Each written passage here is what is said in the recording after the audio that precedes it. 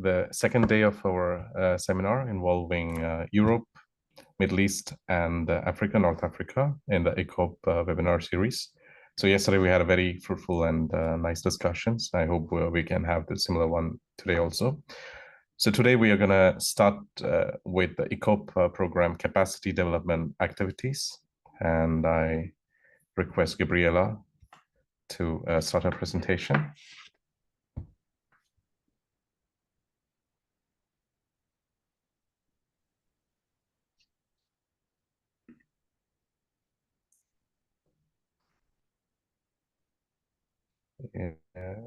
Yes. Okay, yeah. over. All good? Yeah. Should I just start, Matthew? Or? Yes, please. Go ahead. Okay, great. Yeah, thanks. Thank for the invitation and for providing, opportunity for us to be able to showcase and to share about our project, and also for organizing this. Thanks. Yeah, so my name is Gabriela Coco. I'm one of the coordinators for the Blue Capacity Development Project, or Blue Card project. And today I just want to share with you what the project is about, some of the activities that we've been able to do, and what we project in the next coming months.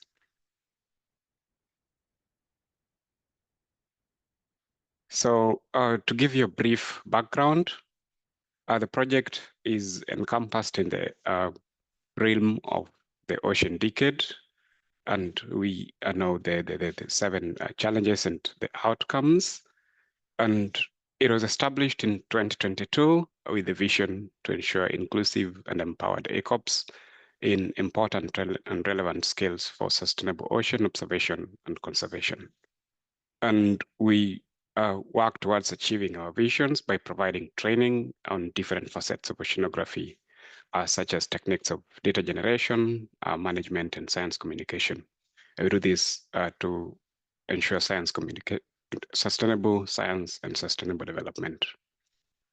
And just to provide a brief background of this. So at the beginning, as Evgenia also mentioned yesterday at the start of the ECOP program, we had ECOP survey in which we were trying to identify the needs and priorities of different ECOPs in terms of what they want and how we could work towards achieving this. And some of the challenges, for example, this was the ECOP survey results from ECOPs in Africa, in which they identified aspects like difficulty in accessing some of the training opportunities as a challenge.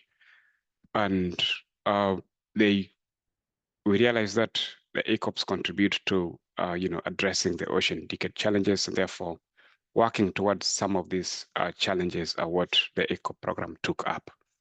Therefore, to specifically bridge the capacity development activities in terms of training opportunities, we started by establishing the Brigade project, so that is the Blue Card, and this was for ECOPs in Africa, in which we first had the training on ocean color remote sensing and data analysis. And then with this, although we made applications for Africa only, we had applications from all over the world of people who were interested in such trainings. So this one gave us the understanding that such training or gaps in these training capacities are required from all over the world. And the training was successful, leading to the design and implementation of other courses, as well as establishment of the Blue Card project. And now to the Blue Card project, the objectives of the Blue Card project, our approach involves leveraging the ECOP's potential in ocean observation and data management. And we do this by training short courses on ocean observation, data management, as I had mentioned, using online and in-person modules, and also coordinating sharing of data. So this is a component that is not yet going on, but we are envisioning setting this because as we work with different ECOPs, especially in the realm of research and academia, they want to, enhance their observation activities or understanding in different aspects or with other regions. And this we are working towards sharing some data sets which can enhance more observation and decision making. But it's not yet going on. And then our third point is to enhance constructive networking and innovative solutions among ECOPs. So this is bringing ECOPs from different regions, either through online platforms or when we go on site, and they're able to have exchange activities with regards to what they're doing, and this enhances collaboration, which I think is one of the main aim of this webinar. So the activities that we've been able to undertake or that we are undertaking, one, we have online and blended technical courses in subjects like remote sensing, R, Python, oceanographic survey techniques. And we're already organizing cruise training on data collection techniques for basic oceanographic parameters, as well as science communication and writing courses. And for example, the bullet 3, some of it is normally already embedded in some of the modules of bullet 1. So that is for the data analysis and management courses that we do, because we want to enhance from the technical aspects of data analysis, and then how can ECOPs or how can young scientists or early career scientists also communicate this information that we get from the data to policymakers and to decision makers or to the general public who live adjacent to these ocean ecosystems. So our theory of change, or how our activities build up and enhance impact in the global ocean arena. One, in terms of our activities, as mentioned, we have training activities on our ocean observation techniques, data management, collaborations and networking, training on science communication and writing. And then the output, we have technical reports that, for example, on our website, we have localized guides on oceanographic survey techniques. Specifically, in this case, we had the course that we had in remote sensing.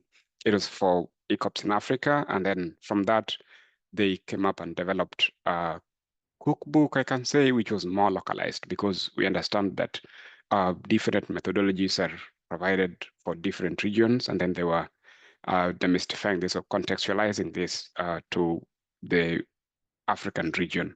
So that is one of the output, which I find really great. And then we've also developed infographics and short communications, including videos or short briefings about the work we do, as well as peer-reviewed publications.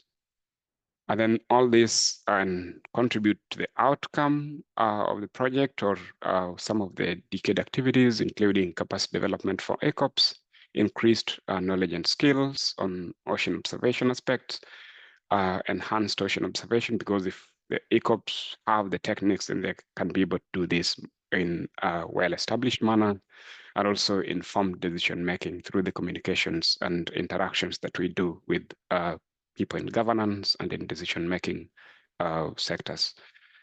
And in terms of the impact, so all our activities, output and outcome culminate to sustainable ocean science, empowered ECOPs or human development, as well as sustainable ocean conservation.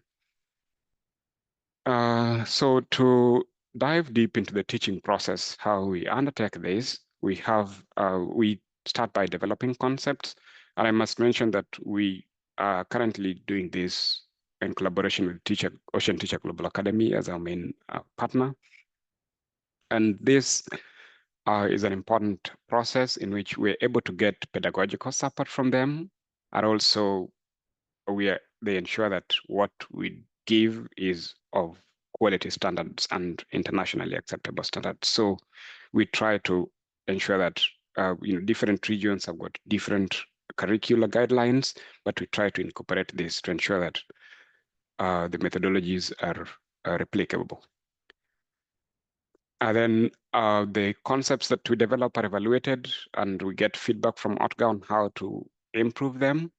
After that, we mobilize financial resources in case of in-person training or even online ones, but we also get a lot of support from OTGA, and not just financial mobilization, resource mobilization, but also human resource mobilization, such that we are able to get qualified teachers and trainers to be able to undertake some of the courses that we propose.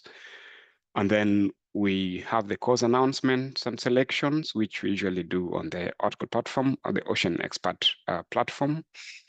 And then course material development and teaching. So all our courses are also developed in the Oracle platform, such that even after the courses have been taught, the recordings are there, all the course materials are there, and our students can still go back and be able to check in case they need to verify or double check or just remind themselves on the concepts that were taught in class. And also, this platform gives easy time in terms of evaluating assignments, giving feedback, and also gives the big blue button platform to be able to have online video conferencing. And then we do reporting and feedback. So we get the reports back to students based on the grades and how they performed. And also we get report, for example, to the ECOP Programme coordination unit, to Ocean Teacher Global Academy and IOC. We also get evaluated and we get the evaluations back. So it's a process that we are able to give feedback to the students, and we also get feedback in terms of how did we deliver the content. And some of the milestones and outcomes. So far, we've been able to give 4 courses, developed and provided 5 trainings to over 200 ECOPs in Africa, Asia, and Central America in collaboration with OTGA. And I must also say these were done in English and Spanish. So depending on the needs of a certain region, where we need to adapt to a certain language, then we can also seek for trainers who are good in this language, because what we aim at is early delivery. And we had our first person training in Malta with the support and great collaboration with the Aqua Biotech group. And then we've been able to develop a guide to ocean color remote sensing for ECOPs in Africa. Also, we have the web page, which we've been supported by Communications Office of ECOP. Also, we had one ECOP going on board Paul Ashton for piloting ahead of the 2026 first floating school participation. And here are some of our partners. The list is long, but just to mention a few, some of the important partners, we have UNESCO, Ocean Teacher Global Academy, Stockholm University, AVI, IOI, Aqua Biotech, University of Emini, and WASCAL, with which we will be collaborating in the cruise training next year. And in terms of next plans, and so the in-person trainings that we are organizing, one include the Coastal Summer School that we are planning to have in Mombasa. We are going to have this ahead of the WIOMSA conference, and this is on different aspects of oceanography. It's organized in collaboration with the Technical University of Mombasa, University of Michigan, that is Brian Arbick's group, and WIOMSA and other collaborators. And in this case, we are going to have different groups, but we shall also be focusing more on coastal processes and oceanographic aspects. And in April 2026, we are planning for the cruise training for ECOPs on board Palashan that will happen from Mindelo to Bremerhaven in Germany. So that's Mindelo in Cape Verde. And then a training in ecological survey techniques, potentially in Bruges, Belgium, in November before the Marine Biodiversity Conference. And just to give you more details, so as I mentioned, the shipboard training that we'll have will start from Cape Verde, here Mindelo, in West Africa, to Bremerhaven in Germany. And then the ECOPs will have maybe 1 or 2 days in Guilma in Kiel, Germany, and then they can fly back to their countries. And we are going to do this in collaboration with WASCAL project, which are already providing a number of courses in this project. And some of the models or aspects that we intend to cover include oceanography, that is hydrographic measurements to understand physical transport processes. And we are going to have biogeochemistry, that is full depth CTD hydrocasts, including biogeochemical sampling. And then marine ecology, understanding pelagic communities in different biomes across the North Atlantic region, and science communication. So it will be wide and also covering students or ECOPs from a wider geographic region.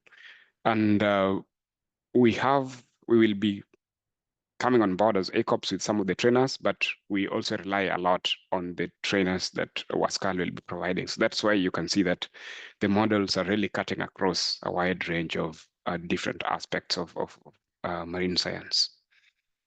And for online, we are establishing Gen-Z podcast in which you can liaise with Annabelle on this. So it's going to happen in May.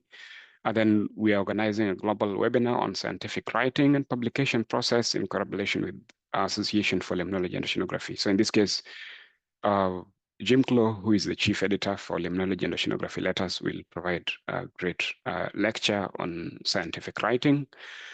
We are organizing this somewhere in June. We are yet to communicate the dates. And then a potential training on GIS. This will also will have this potentially for ECOPs in North Africa.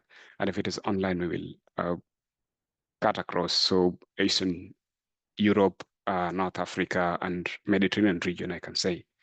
And also we are organizing a writing camp in which different ECOPs who could be working on certain manuscripts, we just come together and write. As we also share our experiences and activities somewhere in November, we'll also give more details about this.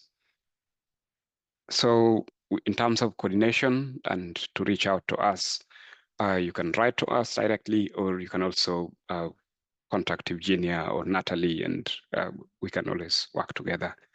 And we are happy to, get more insights or collaborate with other people on this. And with that, I thank you.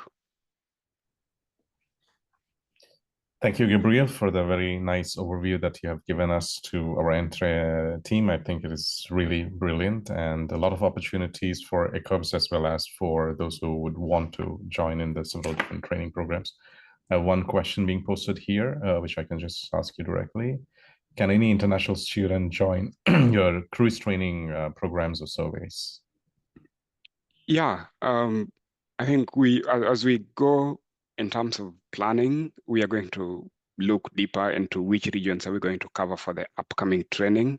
But we are also reaching out. For example, today, Annabelle is just another conference in which she's in contact with some people who want to support ECOPs for also a cruise training in the region, so that is Indian Ocean region. So even if we don't support everyone for the upcoming Polar Ashton cruise, but we are looking forward to putting ECOPs with other people and other contacts in which they can attend other conferences, not conferences, but other cruise trainings. Thanks, Gabriel. I have one other question from Angelo. Yeah. So is there any requirements to join the courses, or is like to join up for the field work, or should they know something? And after the courses are being done, is there any process to stay connected or in touch with the students who were part of the initiative? Those are good questions. Yeah. So one, the courses that we organize, they are topically oriented. So if one meets, for example, if we want a student, if we want to teach a concept on R, but we are tailoring it towards more of physical oceanography, then in this case, we will want students who are more into physical oceanography. If we are tailoring it more towards ecological survey techniques, then people who are in marine ecology or biology. So such prerequisites or requirements we normally put as we make the calls. And it might also depend on the region, because sometimes we get requests from certain regions to organize a course in Spanish, for example, for Spanish ECOPs, for Central America, then in this case, it will specifically be tailored towards this region. So during calls, ECOPs can check if they meet these requirements, and then they can apply, because also based on time differences, we cannot really have global platforms. And then the second question on keeping the networks. Yes, we are working on this, and now we are starting a Blue Card alumni group in which some of the learners or students who join can be able to train. So we can also recruit them for future trainings so that they become part of the teaching staff. We're working on this. And also they can keep engaging with each other and collaborating in different aspects of oceanographic observation. Thank you. Thanks a lot, Gabriel. And I think we will keep continuing during our Q&A session if there are more questions coming up. Thank you. Now I think I'll give the word to Ayub to present on Moment Foundation. You ready? Hello everyone. Yes. Can you hear me clearly? Yep. How are you doing? So first of all, thank you for the invitation, for inviting the Mohammed VI Foundation for this event. It's an important event that focuses on youth in the Mediterranean region. So I'm gonna share with you some initiatives and action that the foundation does with the focus on youth, and specifically ECOPs within the global framework of the ocean. Give me just 1 second. No problem. You can see my screen. It's coming. Okay, great.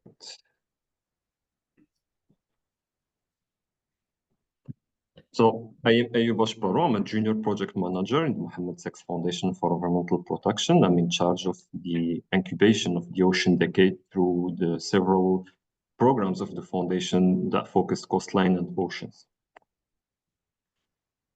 So the Mohammed VI Foundation for Environmental Protection was created in June 2001, and its presidency was installed from the outset to Her Royal Highness Princess Lalla Hasna by His Majesty King Mohammed VI. In 1999, the Let's Make Our Beaches Smile or Faisons Sourire nos plages program was launched to protect the kingdom's beaches and keep them clean. A program that was developed from time and has been awarded at several occasions. For example, in 2007, appointment as an ambassador of the coast by the Euro-Mediterranean Region Environmental Programme supported by United Nations. And in 2021, appointment as a patron of the United Nations Decade of Marine Science for Sustainable Development. Our mission is monitoring, capacity building through training, facilitation, and networking transfer to support stakeholders and also territorial experimentation. In the Ocean Decade framework, in 2021, the Mohammed VI Foundation for Environmental Protection, chaired by Her Royal Highness Princess Lalla Hasna, joined as a founding member alliance of the United Nations Decade of Ocean Science for Sustainable Development. This alliance, sponsored by Her Royal Highness, is a fruit of intense collaboration between the foundation and the co-UNESCO. Until now, we have approved more than 30 actions through the 10 challenges of the Ocean Decade. At 2022, the Boknadel Declaration is the result of discussion held during the second foundation dialogue. This discussion culminated in a meeting in Sidi Boknadel, Morocco, at the Hassan II International Center for Environmental Training, the academic branch of the Mohammed VI Foundation for Environmental Protection. We're also working in this global framework with the National Decade Committee of Morocco and also the Task Force of the Ocean Decade for African states and adjacent island states. For coastline and ocean programs, we have the Clean Beach Program, launched in 1999 at the initiative of the late King Hassan II.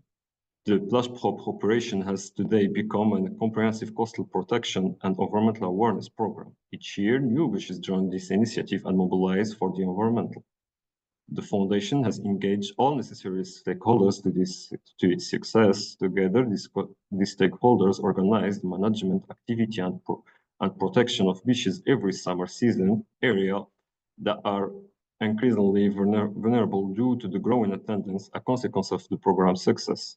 The program aims to raise awareness among different stakeholders, establish basic infrastructures, ensure safety and health coverage, maintaining hygiene and clean of the beaches, and also organizing beaches activity. Until now, we have in the program more than 100 beaches through the 3,500 kilometers of the coastline in Morocco, with more than 60 beaches supported by our partners. We have also the Blue Flag program. The Blue Flag is an international eco label awarded to beach committed to sustainable tourism practice, including sustainability, site management, water quality, and user awareness.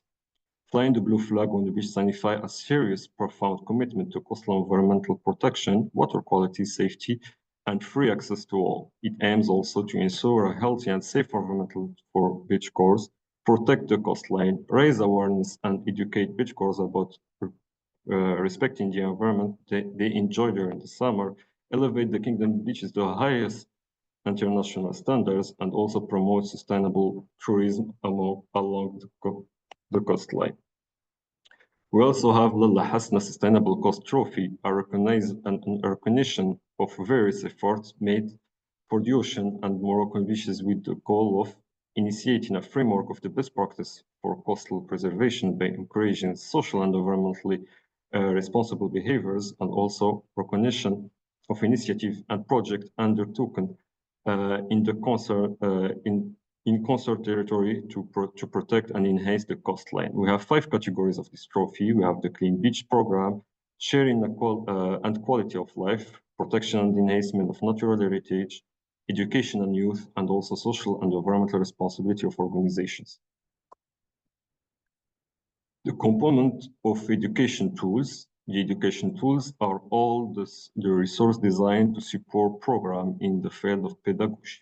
These tools are developed by the Hassan II International Center of Environmental Training and are aimed at various audiences with a primary focus on youth through the Education for Sustainable Development programs, as well as academic and researchers, business, municipalities, and other. To diversify its offering, the Foundation provides educational tools across various physical and digital formats, digital platform, mobile application, board games, booklet, brochure, poster, and educational videos.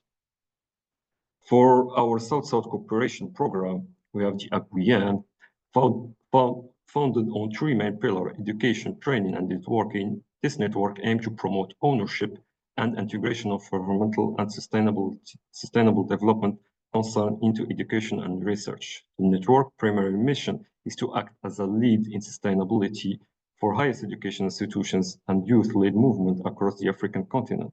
Today, APUYAN brings together 29 universities from 9 African countries, and it aims to create a space for sharing and communication between African universities and youth network, promote synergy and partnership within the United Nations Environmental Programme, share knowledge and experience developed with the network related to sustainable development challenges, raise awareness and train focal point, and use through capacity building sessions, and also collaborate and co-produce resources and educational tools with various partners on sustainable development topics.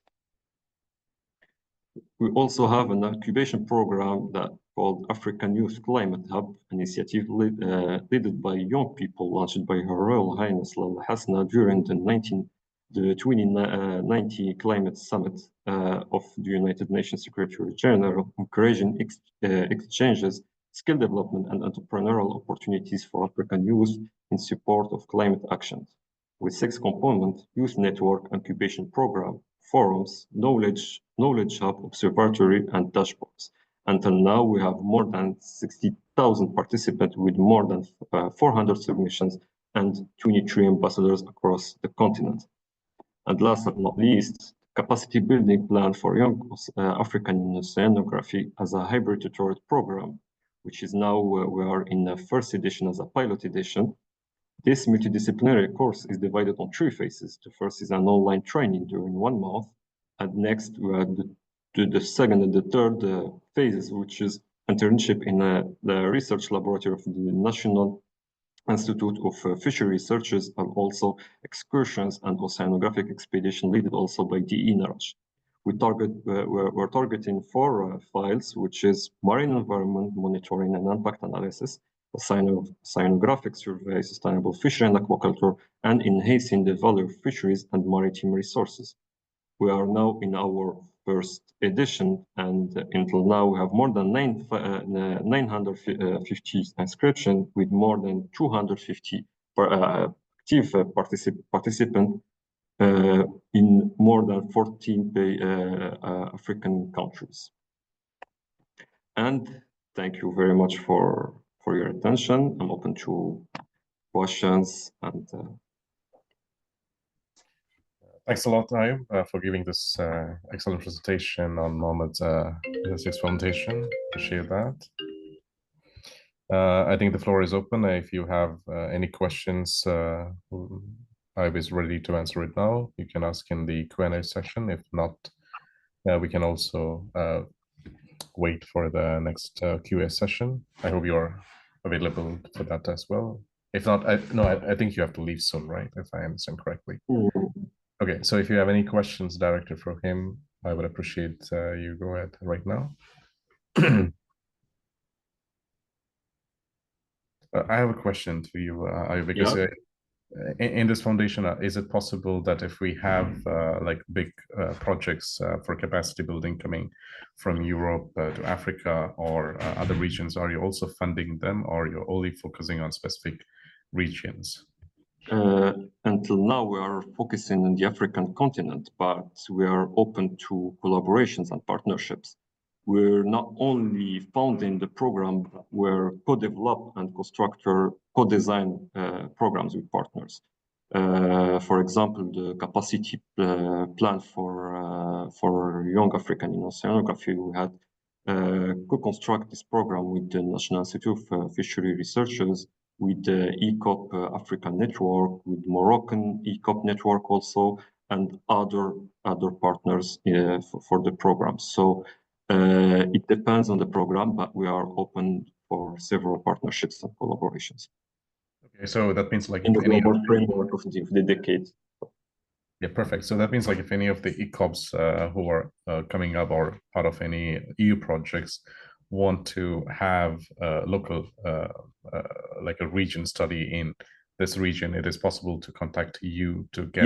Yes, for sure. Yeah, I'm open to it. I will leave my email in the chat, so you can reach out to... Yes, I appreciate that. Thanks a lot. Thank you. Thank you for the invitation once again. And thank you. We stay connected. And I think if there is any particular question, we will direct it to you so that you can stay in the loop. And I think now we can go to the next presentation by Sophia. We are going to learn better on the ECOP program on ocean literacy activities that are currently being done. Over to you, Sophia. Hi, good morning, everyone.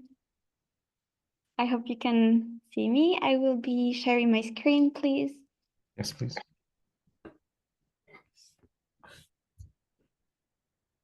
Okay. Can you see it, please? Yes, not in the presentation mode yet. Yes. Is it on? Yep. Okay, perfect.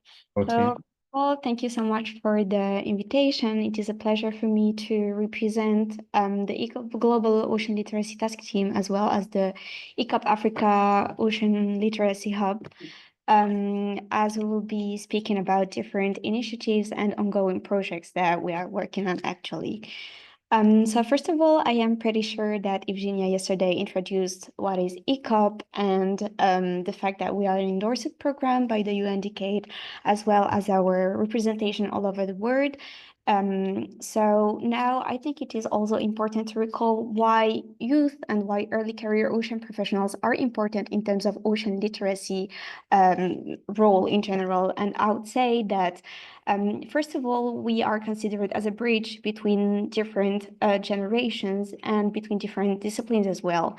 We are helping into advancing education and training as per what was presented, for example, by Gabriel, but also we are an inspiration, and we create some empathy with younger people and with youth in general.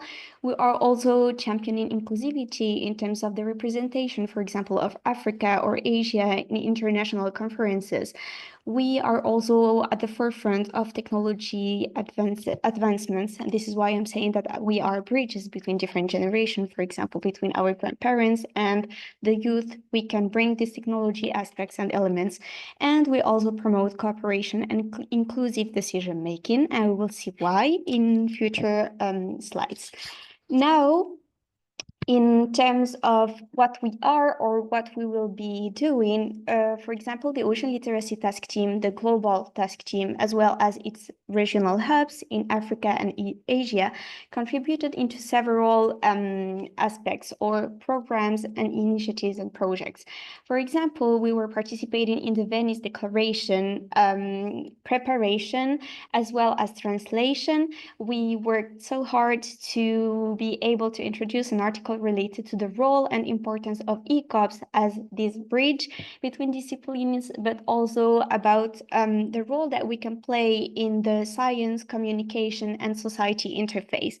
And we translated this Venice Declaration into 14 different languages in order to promote this democracy in terms of accessibility of tools related to ocean literacy.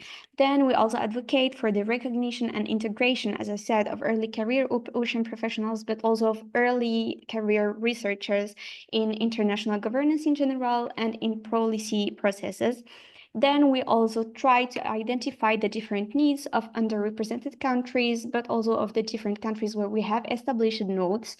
And we promote the visibility of regional initiatives or program or projects, as well as we create tools to celebrate and safeguard maritime cultural heritage, but also maritime history, for example, here in Africa.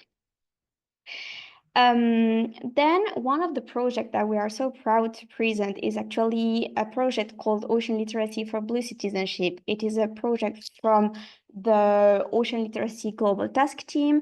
Our project manager is Karina Higa. We have also a community manager and Europe focal point, who is Laura Khatib. Unfortunately, they were not able to join us today. And there is also myself, who is the awareness campaign coordinator, as well as the Africa focal point. And the aim of the project is actually to create this sense of citizenship. And by that, we mean that we want to create this awareness about the fact that we are conscious that we have rights and we have laws that protect the environment, that protect the ocean. But we also aim for us to understand as ECOPs that we have also responsibility, and we have this common goal and share, as I said, responsibility to protect the ocean. And for that, we need to have some tools, some instruments to be able to understand how we can influence, for example, policy, and how we can make these decisions change towards an inclusive, sustainable, fair ocean for all of us. And for that, we have been doing a survey. I will share that after, but we have been doing a survey to showcase some of the needs that we have as early career ocean professionals. And the objective of this training or of this project is actually to use ocean literacy as a tool, but also to make it accessible, to make people understand the rules governing ocean governance and ocean policy in general, but also to inspire for sustainable action for all of us. And the objective behind this is actually to enhance, but also co-design some policy brief, for example, in order to influence the ocean governance in general. Then, as I was saying, this project is a product of a survey that we've been doing. The pilot project was actually in Europe, so we have been doing this survey to identify the needs, the gaps that we have. We found that, for example, we have gaps in terms of understanding the laws, understanding the procedures of decision making, but also in the confidence that early career has in terms of engaging themselves in policy making. So if they don't have the tools to understand, if they esteem that they don't have also the knowledge to comprehend what is about, there is a lack in terms of their representation and participation as well. So this is why we created this training. Karina was working so hard to promote it, to also develop it. And the aim also is also creating a curriculum for this course, different elements and components of this course, but also we wanted to implement in it to enhance advocacy skills, to strengthen policy engagement once we have the tool and the required knowledge, but also to improve this communication, because one other gap that we encounter is the fact that there is a big gap between scientists, policymakers, and communication in terms of science. So we wanted to bridge these elements altogether, but also to promote inclusivity and, of course, empower what we call blue citizenship. For the approach, we have several phases that were combined between the preparation, the data collection, of course, the co-creation of the material of the course, and we are also working on the sharing and evaluation. It was about a snowball strategy, which means that it was leveraged between existing networks to expand and reach. For example, we needed the help, for example, of Annabelle and of Gabrielle as well, but also other existent partnerships that we already have in terms of optimization of time, but also of resources. Now, sorry, yes, in terms of the project or of the content that we want to share within this training, we have several modules. For example, we have an introduction to ocean literacy principles, but also to blue citizenship. We have this phase or this module related to policy and engagement mechanism, the democratic practices, and indigenous knowledge and local knowledge. We have the technical writing in order to transfer scientific data to, for example, policy briefings. We also have the importance of NGO in terms of engagement and innovative approach. And we have this important role of communication and campaign management, and also soft skills development. And in terms of the policy engagement tool, we have several also aspects that we want to address within this training. For example, we want it to be, we want to create a practical resource for learning, to share this knowledge. We also want to reinforce, as I said, the skills of those people benefiting from the training. And the aim behind it is creating, for example, an action booklet that we'll be able to share within also ECOPs. Now, what we are looking forward concerning this project is, of course, recruiting trainer. We have already started. We also need funds, because if we want to develop our projects, we necessarily need some funds to do that, because we don't want it to be just online. We would really love and appreciate if we can make it in person as well, because it also helps in terms of networking, but in terms of connecting and creating this strong relationship between the ocean and a human, which is the basis of ocean literacy.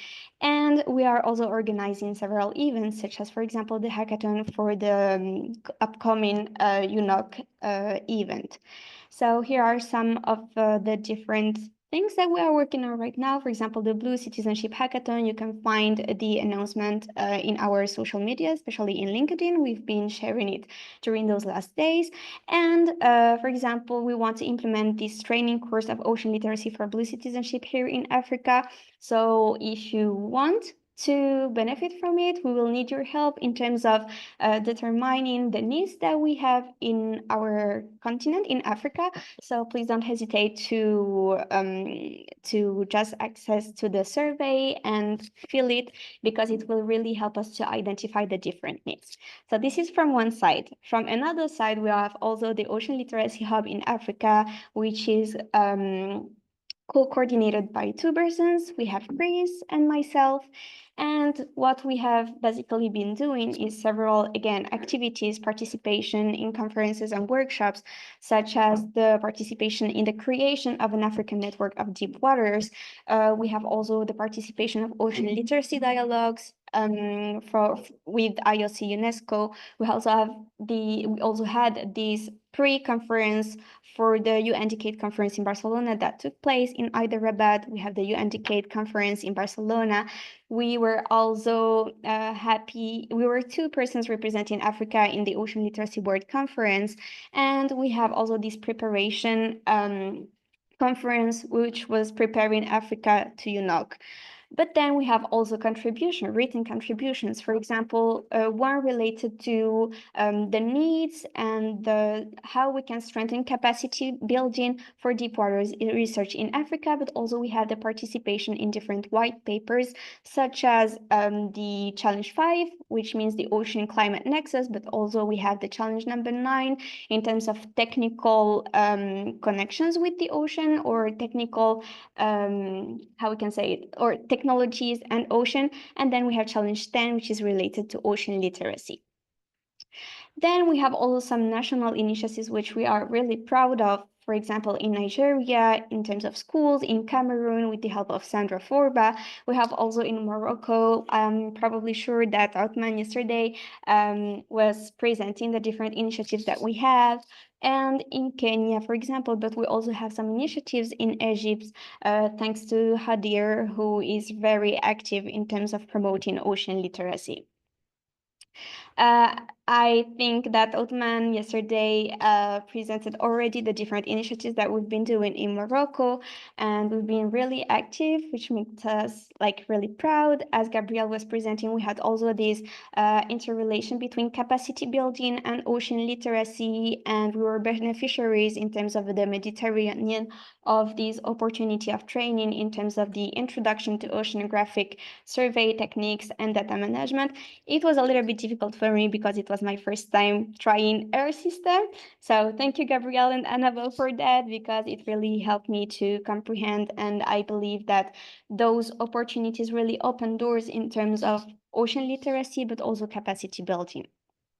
And we also have other initiatives that we need your help in case you are interested to participate in the MENA region, but also in the whole Africa or even Europe as a reviewer, or as just in terms of cooperation, sharing best practices.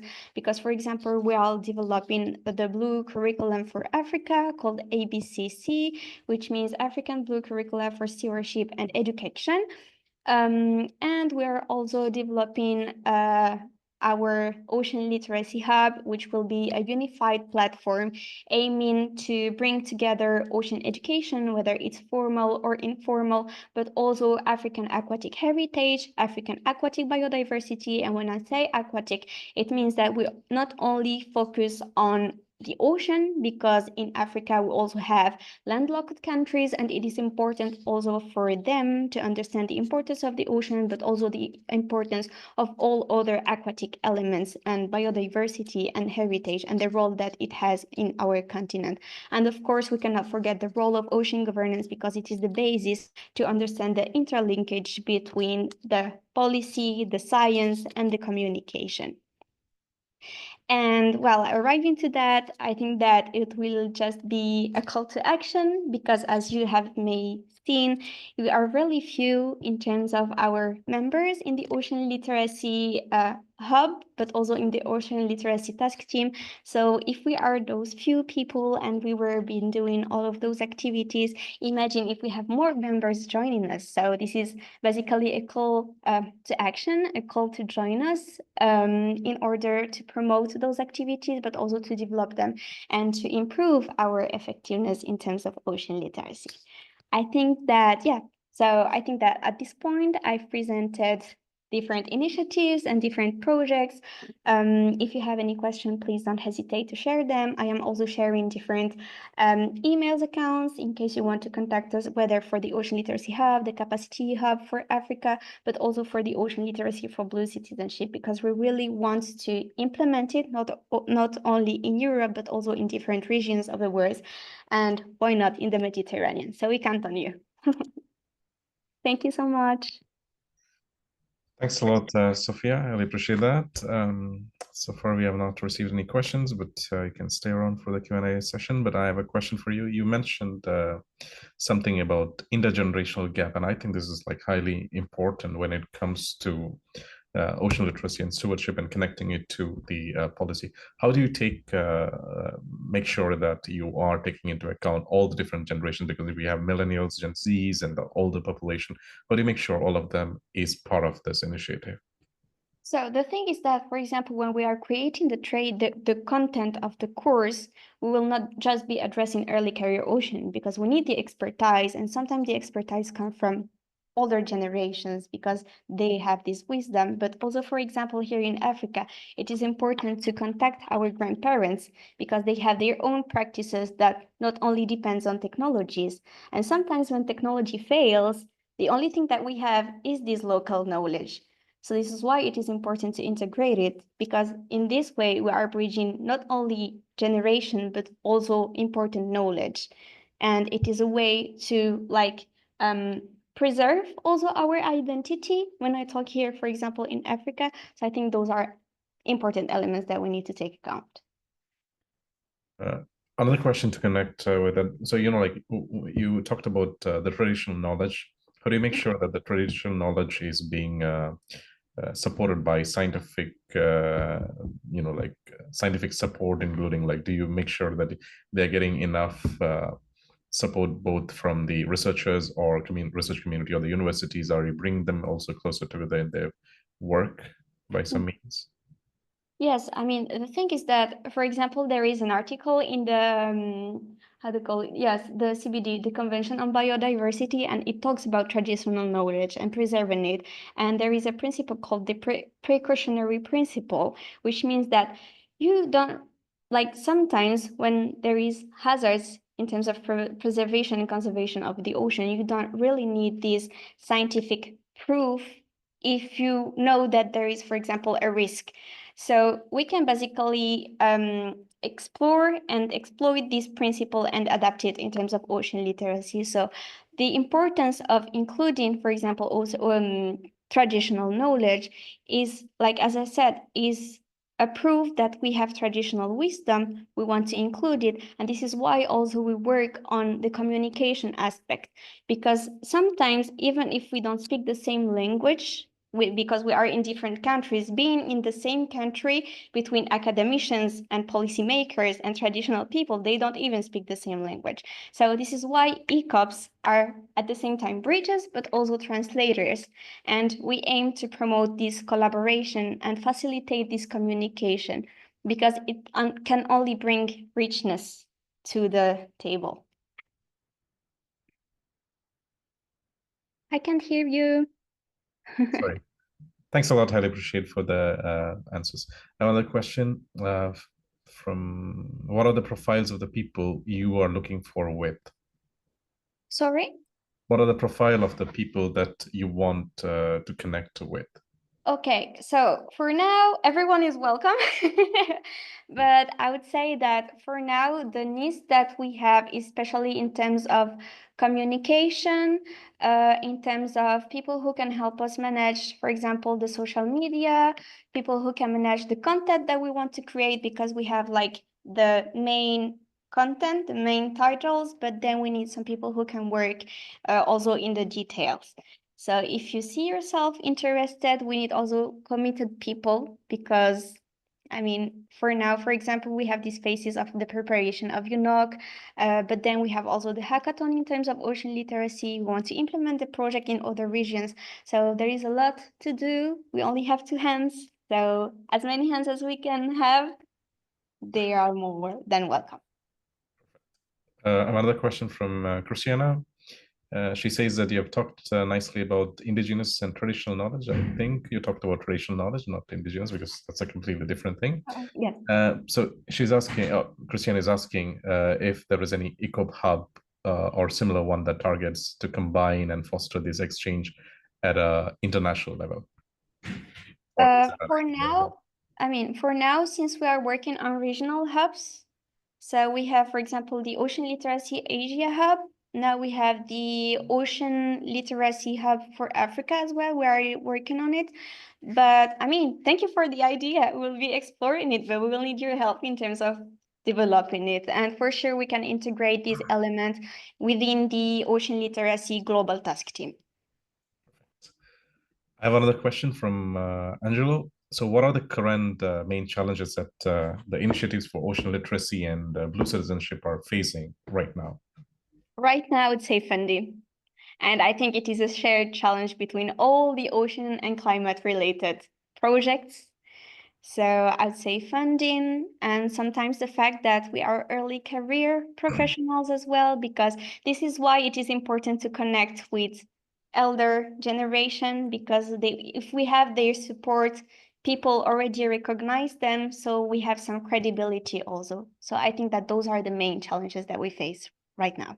And also the fact that we are a little team, so we need more people joining us. Perfect. Thanks a lot. I hope You're you can stay welcome. around a bit more. Pleasure. Now I think we have Cosmin from IOI, so over to you. Hi, hello everyone. I'm gonna be sharing my screen. I have a very short presentation for you on the work that we do at the IOI.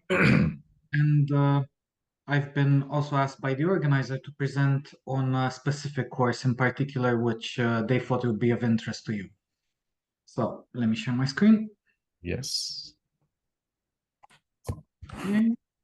There you go. Yes, you good to go. Perfect, thank you. So basically, the International Ocean Institute is a world-leading independent NGO dedicated to training, capacity development, and ocean literacy.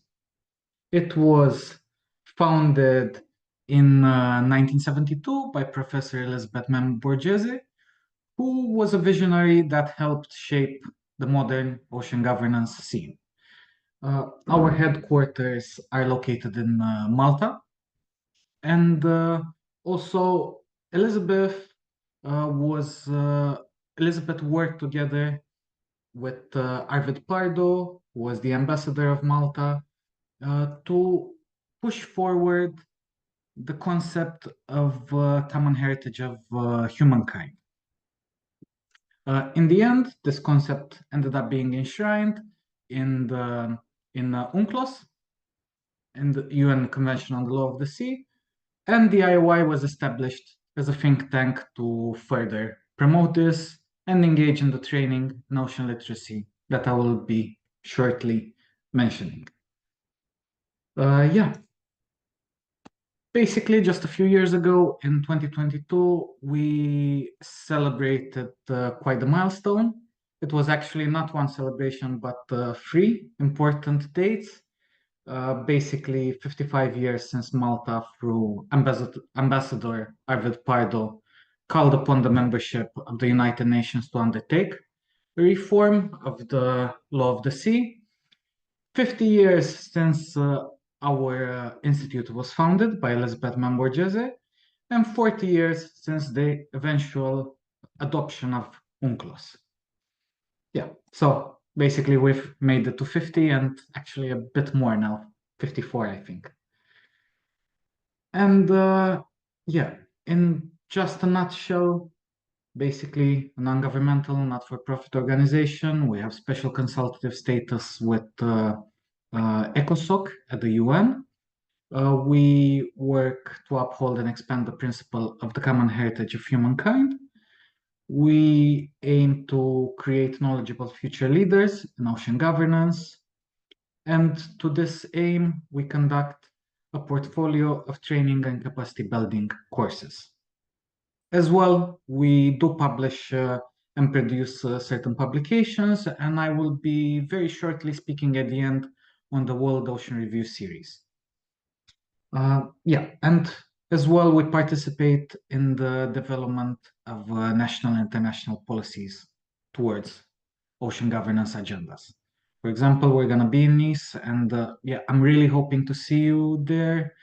We'll be participating in the hackathon and a couple more side events. If you would like to meet up, please drop a line in the comments. Yes. And just to very quickly summarize, basically, we have a three-pillar approach, as you can see if you go to our homepage. We have our training and capacity development courses.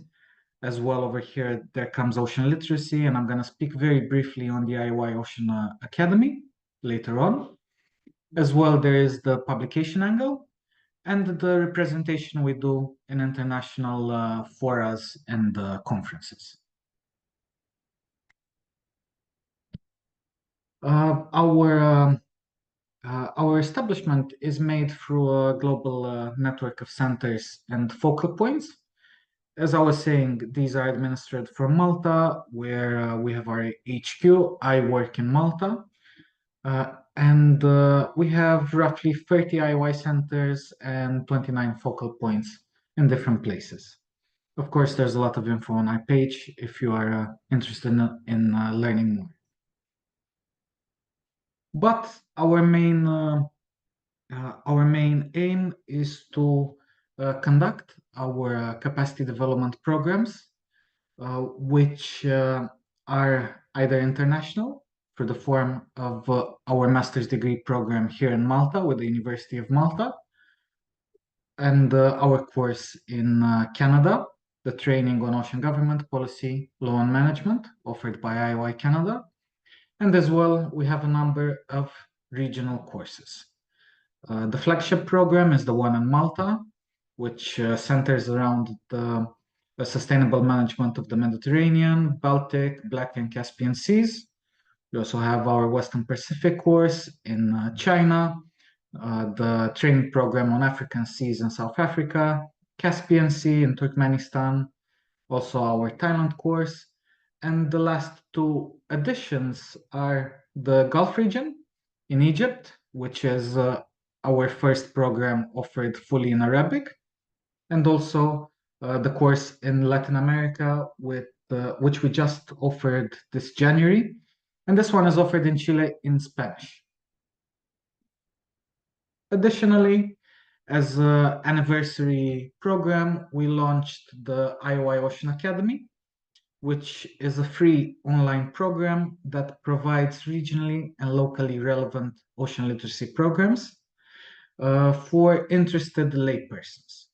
While our portfolio of courses mainly address professionals and ECOPs and people who have a background in ocean governance, the IOI Ocean Academy program is open to absolutely everyone with a smartphone and with an internet connection. The courses are free, and we have currently 19 programs in about 16 different languages. As well, we offer customized short courses on demand and continuous professional development seminars. If I could, what I'm going to do is I'm going to drop the link for the continuous professional development seminars you might be interested in joining. It's basically 2 hours every 3 months, and we explore a topic of timely importance in ocean governance. We've done deep seabed mining, we've done ocean and trade, and we are going to have the next one in June or July. So yes, I'll be dropping that link. Now, what makes an IOI training program?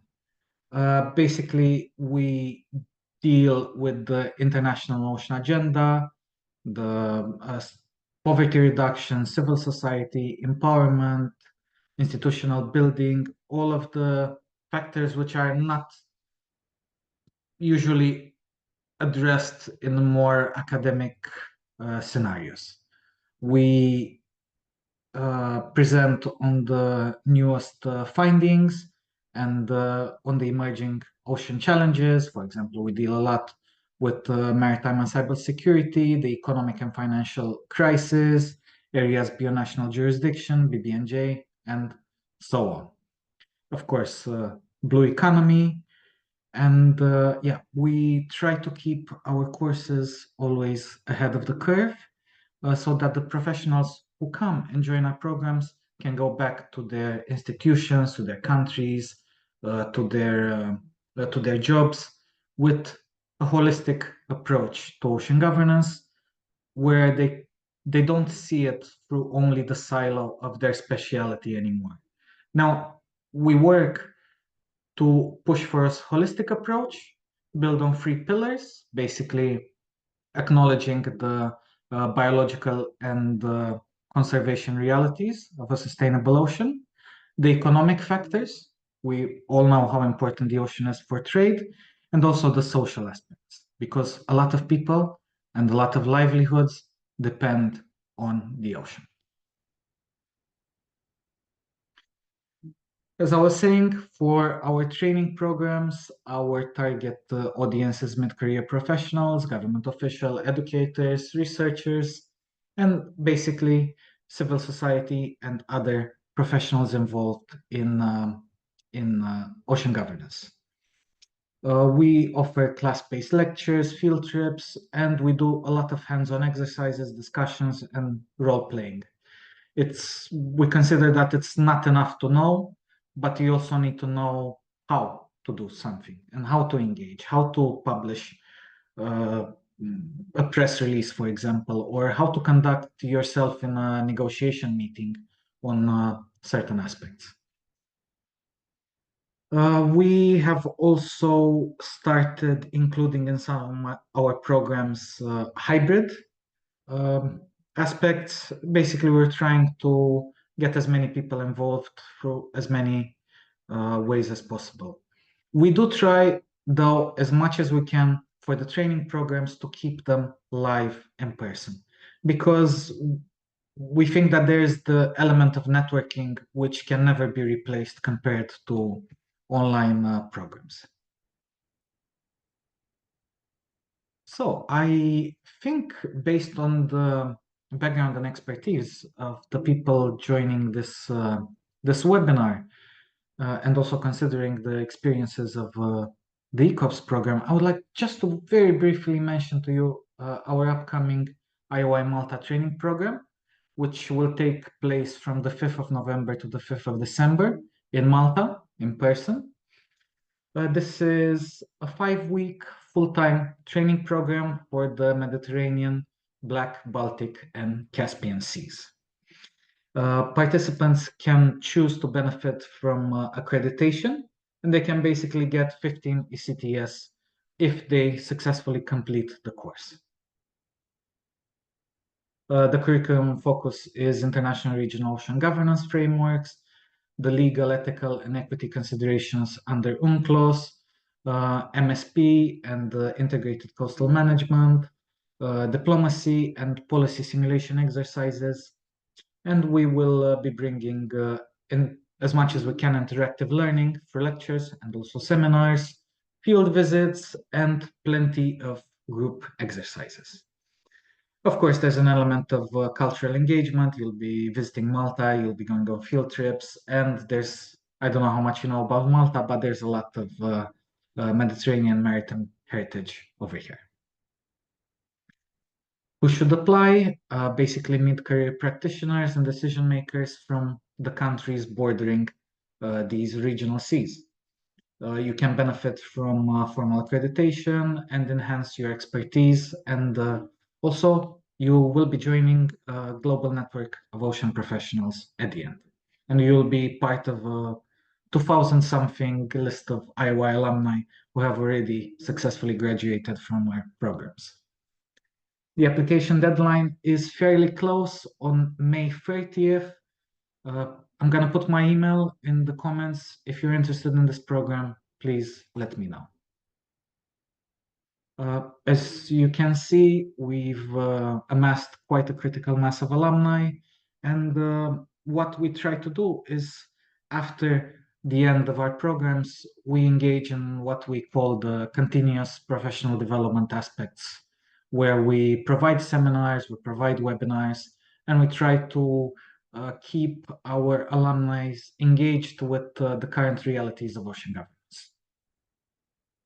As well, how am I doing on time? So I know how much I should delve into this. Maybe 2 minutes more. 2 minutes more, then I'll just be very quick. As I was saying earlier at the beginning, we started also the IOI Global Ocean Literacy Program called the IOI Ocean Academy. We provided more than 120 modules in 21 countries. We are expanding our languages in which we offer. And this program is very dear for us because it's not really built by the IOI. It's actually built by people who have graduated from our courses, who considered that they could bring their experience and expertise back to their countries and engage with very local and very real problems on the ground. Yes, as you can see from this map, we're offering in quite a few languages and quite a few places, and hopefully we'll keep growing this program even more in the next years. One of our flagship publications, which I would just very, very briefly want to talk about, is the World Ocean Review series. It's available for free online.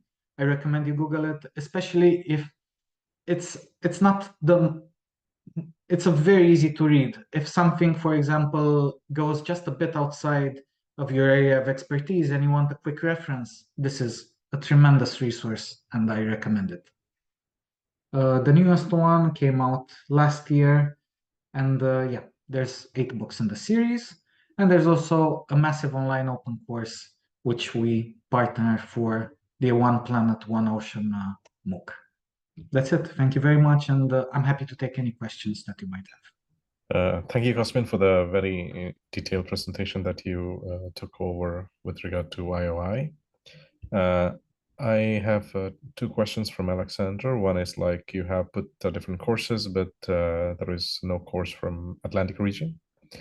And yeah, go ahead, please. Yes, we every time when I look at the map, I realize that that is missing, but it is covered by our IOI Canada course, which at the moment I actually recommend keeping an eye on IOI Canada because they're offering an online course. It is slightly shorter than the training programs, but it's an excellent program where they bring experts to talk on the Atlantic, and they always deal with the most challenging aspects of that area. Okay, next question. How can we connect with you guys to meet up at UNOC? That's a good question. I don't know. Should I give him my email in the chat? Yeah. And we can take it from there. Does that work? Yes, please. Perfect. Okay. And the last 2 slides, can you find it in the website? The last 2 slides, meaning the one on the One Planet, One Ocean MOOC and the World Ocean Review. Yes, they're both on our website. Perfect. And we also have this recording is going to be published in the YouTube. So if you want to recheck anything, you're free to subscribe into the ECOP YouTube channel. This is also possible. Any other questions that currently I do have one question myself, because if there is any of the ECOP who is associated with the ocean literacy program or similar activity would want to stay connected with you and start a mock program or like a course, how can we do that? Or is there any facility by which we can get connected with the ECOP activity directly with IOI? First of all, on the aspect of keeping connected with what we're doing, I recommend joining our IOI Informa newsletter. It comes out every 3 months. We don't spam you, and it's a very, very short email, 6 times a year, basically every 3 months, every 2 months. Sorry. More actively engagement for the second part of your question, please feel free to drop an email to me, and I'm happy to get back to you.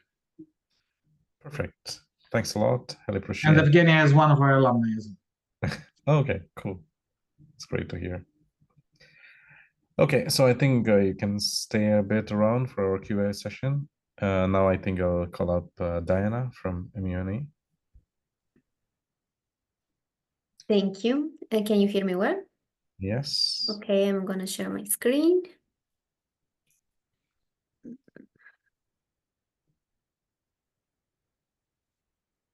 It's okay?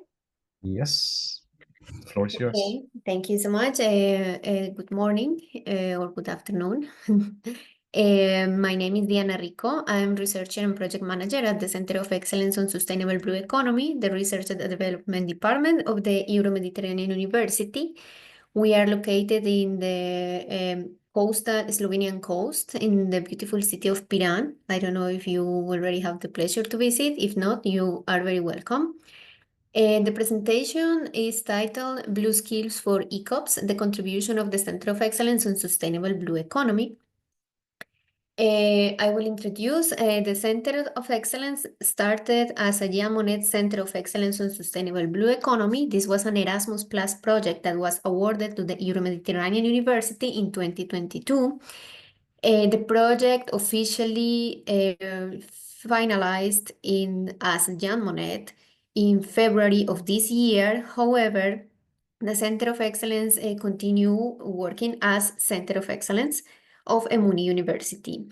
What we do is to foster interactions between science, society, and policy within the framework of Blue Economy. Particularly focused in the Mediterranean region. However, we have collaborated in different projects with other sea basins. We contribute to the Sustainable Development Goals, quality education, gender equality, life below water, and partnership for the goals. Due that we link between science, society, and policy, basically we fall within the triple helix.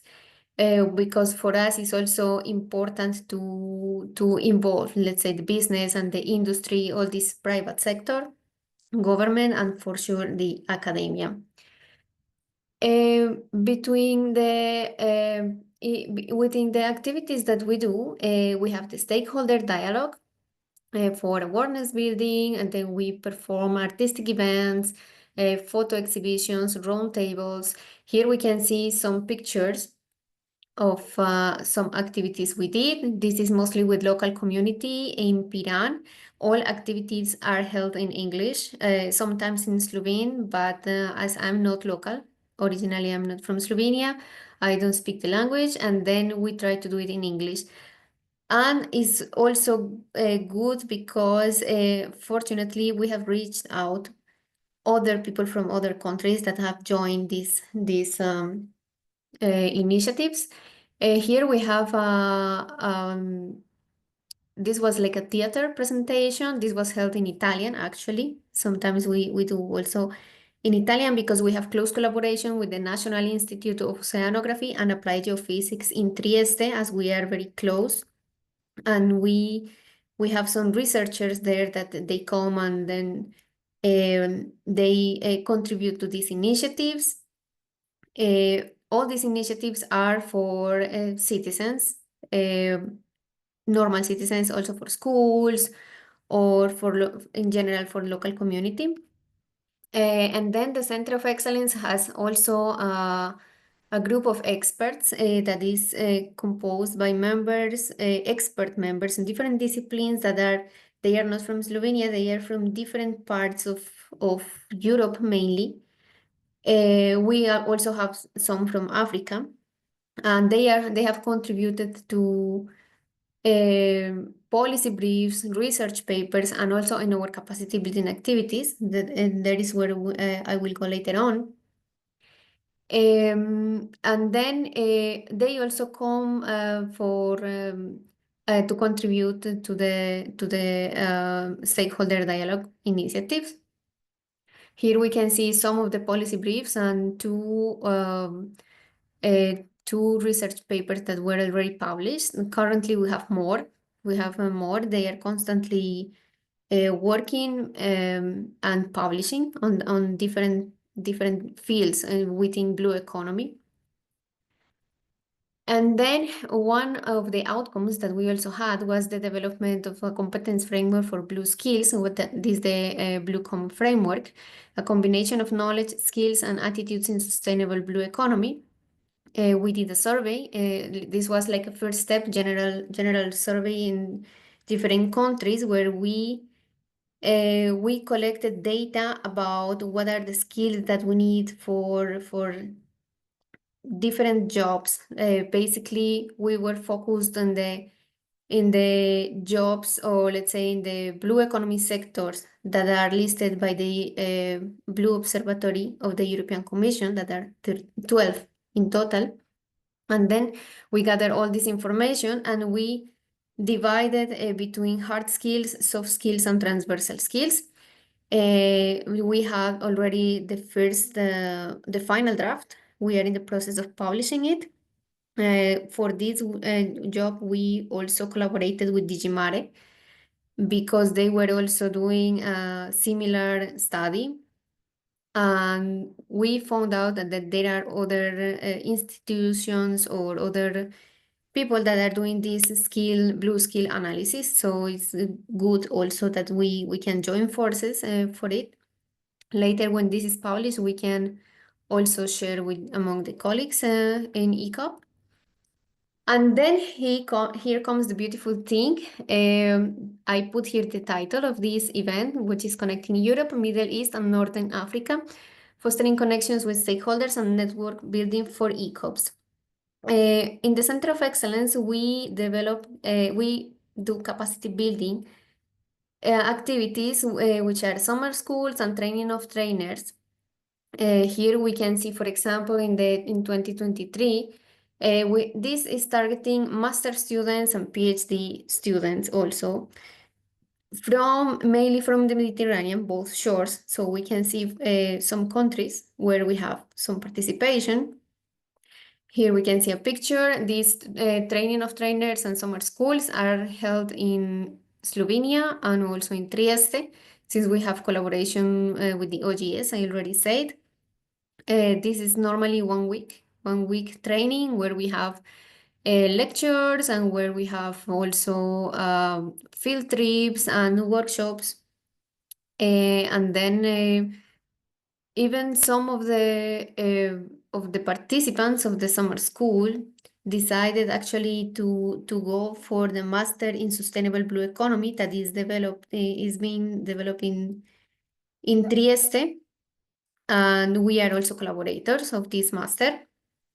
Here we had also the master of 2024, Transformative Pathways to Sustainability in the Blue Economy in the Mediterranean, Learning Across Emerging Tools and Technologies. And this is amazing because normally we have the call for this summer school open for about 10 days, and we receive almost 200 applications. It's always like this, and that's why we don't even need to extend the deadline. And then another capacity building. So here we have our colleague Gabriel Humat, because we were also participating we were collaborators. Unfortunately, I couldn't go to the training they did in Malta, but one of our experts was a speaker there. And then I'm also so happy to see that more ECOPs here. In this meeting, we have been collaborating since also mentioned, Sofia Larissa also mentioned the project that is doing with Karina, and we intend also to do trainings in Slovenia in next year. So this is actually something good that I can say from ECOP that allows the connection between different ECOPs or different initiatives, and then we can actually proceed with performing capacity building or even creating projects. Okay, so the Center of Excellence is endorsed at the UN Ocean Decade. That's why we are here under the ECOP program. We are also part of the EU for Ocean Coalition platform, and also our activities, capacity buildings, are endorsed by the European Maritime Day in my country. We have been also engaged with other European projects. We basically we try to apply as much as we can for European projects, and that's why we are also open to create partnership and search for calls and put on the table different ideas that we can materialize through this European calls. Through the Center of Excellence, also we got the EMUNI got the European Alliance of Universities, which is a huge project. It's 14 million euros.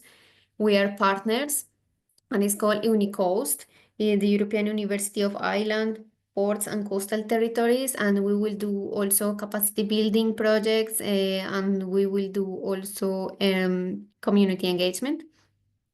We developed booklets for kids in different languages, in cooperation also with other institutions, and we are all, as I mentioned, we are quite, let's say, full of partners for applying for European projects. We also participate in different dissemination and promotion events, both at national and national levels. We have been also even in contact with ministers from other countries. We go to different conferences, forums, and then we were also presenting posters, and we were speakers in the UN Ocean Decade last year. We participated in the European Maritime Day. We were also doing an activity at the European Ocean Days in Brussels, and yeah, different type of events.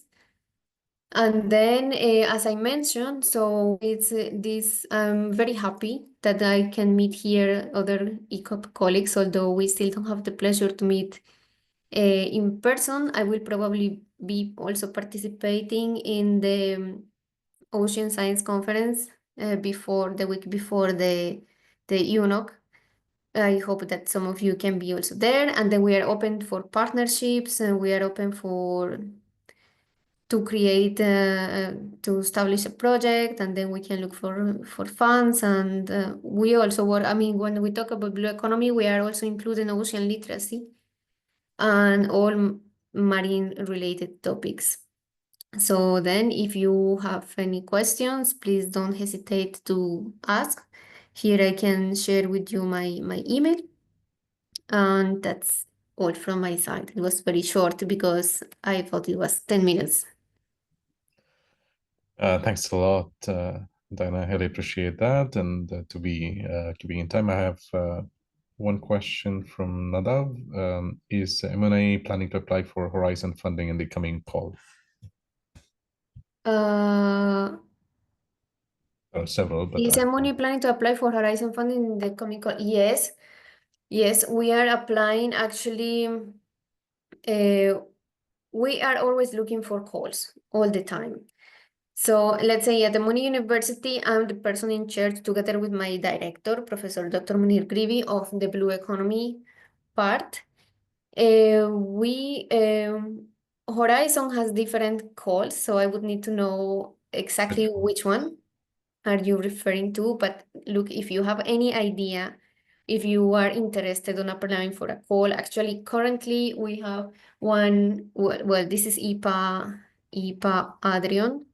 This is for Adriatic and Ionian, a call that will close now in June, at the end of June. But still, we are constantly looking for calls. And if you have any idea where you consider that we can be partners, and then just drop a message.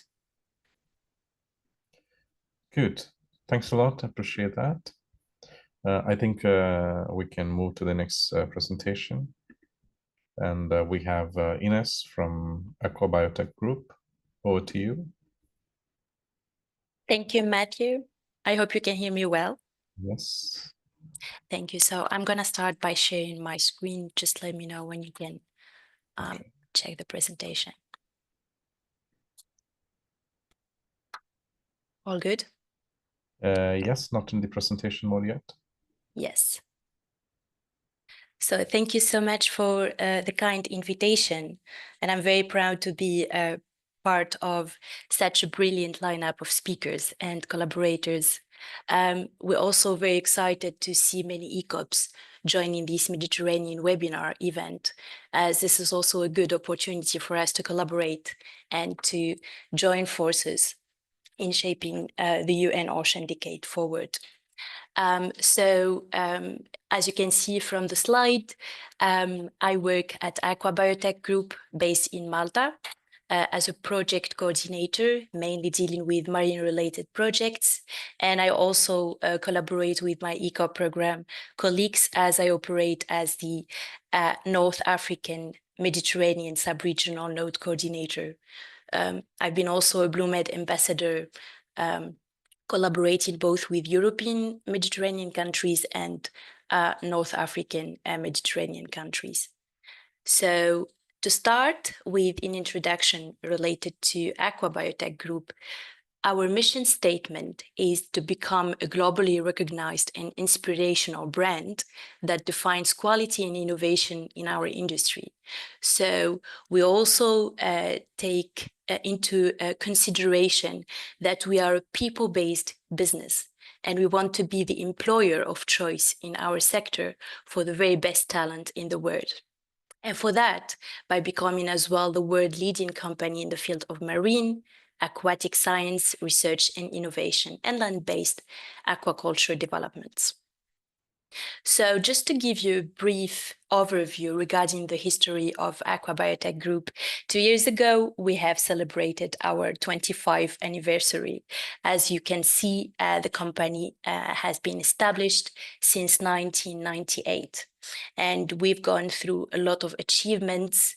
And at this stage, we are still strengthening our employees and in strengthening our engagement for the UN Ocean Decade and the sustainable blue economy. So just as a confidentiality statement as well, this is a presentation which is the property of Aqua Biotech Group, and it contains information dedicated to the audience of this webinar. So if you need any information, don't hesitate to reach out. I will share my email afterwards in the chat. So in terms of global experience, as you can see from this map, we have clients and projects in more than 55 countries. And we have an international team with over 100 full-time, highly experienced staff recruited from 34 different nationalities. So as you can see, we are bringing cultural knowledge and capabilities to communicate over 16 languages. So as a business overview, based at Aqua Biotech Group, we have 3 main divisions. We have the recirculation aquaculture systems, RAS, and our main strength are global experience and track record, highly efficient and cost-effective, strong in seawater and highly engineered RAS units. We also have the second division, aquatic contract research, which is uniquely licensed modern aquatic biosecure contract research facilities, certified for good manufacturing practice and good laboratory practice, as well as proprietary challenge models.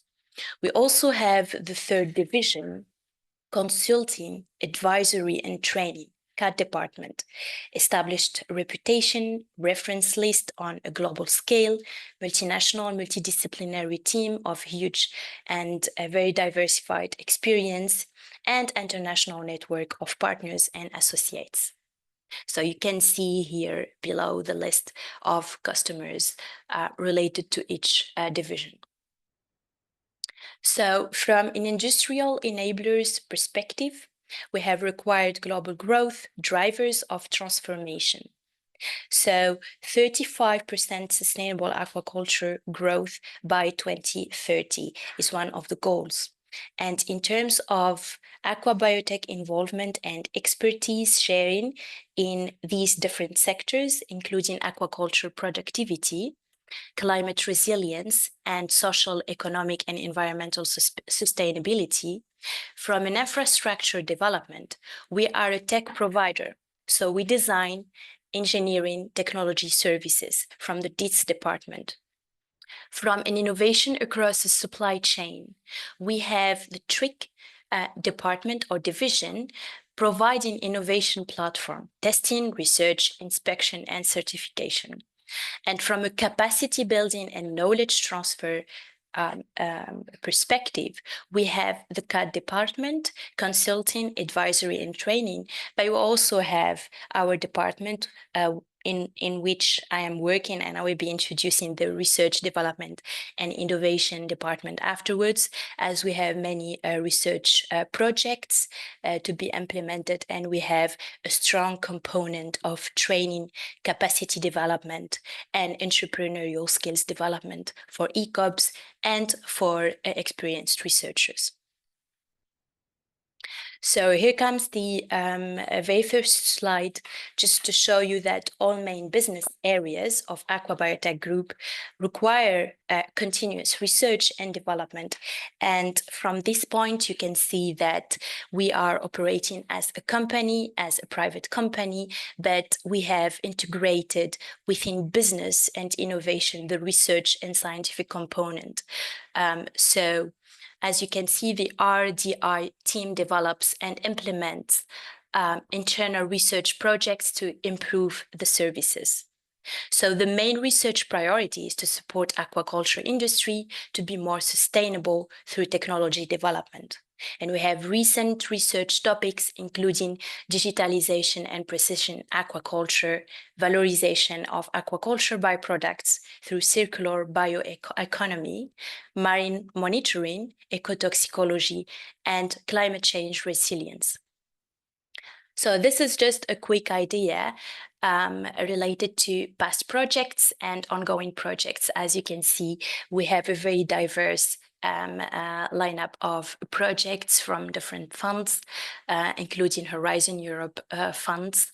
And here I'm going to start by briefly sharing with you quick overviews of the different projects that we are currently implementing, which are also ongoing at Aqua Biotech. So I'm going to start with one of my favorite projects that I'm coordinating. It's called SmartPool, autonomous network system with specialized and integrated multi-sensor technology for dynamic monitoring and marine pollution. So as you can see, this is a project mainly focusing on marine pollution monitoring and technology development. So the main objective is to develop novel marine plastic pollution detection systems, providing early warning and real-time information. So we're using satellites, drones, and unmanned surface vessels. We also have the element of deep learning through marine litter detection models using drone imagery and artificial intelligence. So now as we go through the other projects, here are two of the remaining projects that I'm also coordinating. We just finished Ambulant, and this is a cooperation between China and Malta. It's mainly the development of a biomimetic underwater robotic system for benthic identification and fish biomass estimation. So from our side in Malta, we have elaborated an automated benthic identification model that actually could recognize benthic species and detect the benthic habitats based on the ROV surveys that we have conducted and a very long deep learning process. We also have a project that is very much exciting. It's called BCT Hubs project within the Horizon Europe program. So this is a project that mainly focuses on blue cultural technology excellence hubs in EU, widening member states. It's mainly related to preserving and conserving underwater cultural heritage. And this goes through many pillars. We have technology, we also have stakeholder and ecosystem development, we have a component dealing with training and skills development, and we have the entrepreneurial boot camps and the business mentoring. So we have combined many disciplines within this project as to bridge the gap between academia, business, society, and public. So I'm very pleased actually to share one of the most exciting opportunities that we have shared related to this very project, PCT Hubs, mainly related to capacity building and skills development. So we shared through our project website, social media, as well as Aqua Biotech and the other partners' social media accounts, the training camp that will be happening in Malta, precisely in Gozo, from June 30 to July 11. And we are very pleased to receive many applications from ECOPs. As you can see, we were looking for undergraduate and graduate students, mainly early career researchers and professionals, having diving capabilities or being diving enthusiasts with scientific backgrounds. So we will be offering 2-week training with experts from the project partners, and we will offer as well a real-world research experience in the beautiful island of Gozo. So we are very pleased to support ECOPs and our candidates, including travels and accommodation. And just to give you a short overview about the different topics that we will be covering, we will have a training related to scientific diving led by our project partner, Dan Europe. We will be from our side at Aqua Biotech very much leading in narrow-V surveying and data processing training. And we have our public partner, SCH, which will be leading a GIS mapping and underwater cultural heritage training.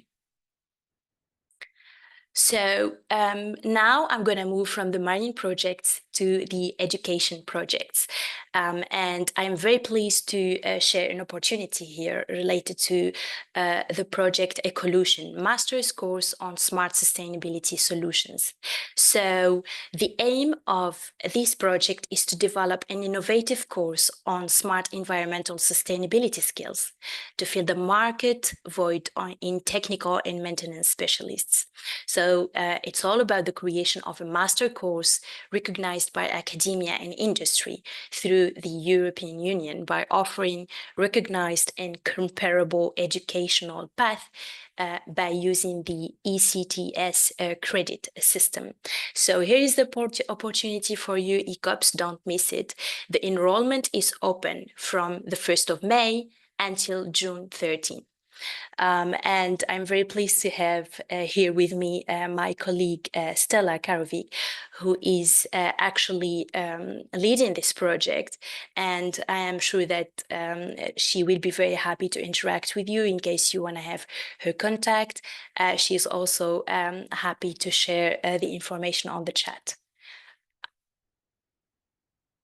So we're now going to change the subject and talk about seafood sustainability projects.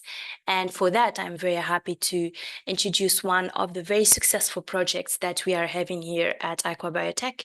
It's a Horizon Europe project, and it's mainly focusing on European integration of new technologies and social economic solutions for increasing consumer trust and engagement in seafood products. So again, talking about my colleague Stella Karovic, who is coordinating this project. And here you can see her email address. So please feel free to reach out to her anytime.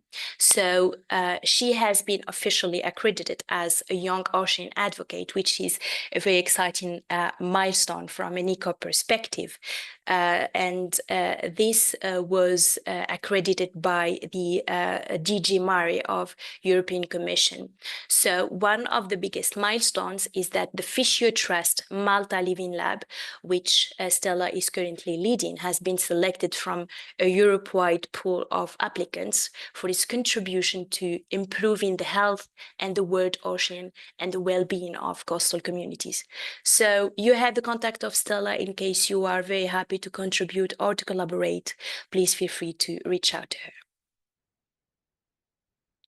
So now a quick overview about aquaculture projects. I will be very briefly going through these projects as they are very much diversified, but if you need any other details or clarifications, don't hesitate to reach out to me by email or in the Q&A chat. So biomass shrimp, improvement of innovation and innovation of a biosecure RAS system for shrimp and additional biomass circular production. We also have the Profuse project, preservation of underutilized fish biomass for improved quality, stability, and utilization. We have the EU Fish Sustainable Growth, European Fisheries Enhancement through omic characterization, and innovative seafood production from underutilized fish species. We have one of the exciting projects, Cypromed, which is a circular and inclusive utilization of alternative proteins in the Mediterranean value chain. So it's all about the exploitation of traditional crops, legumes, microalgae, and insects.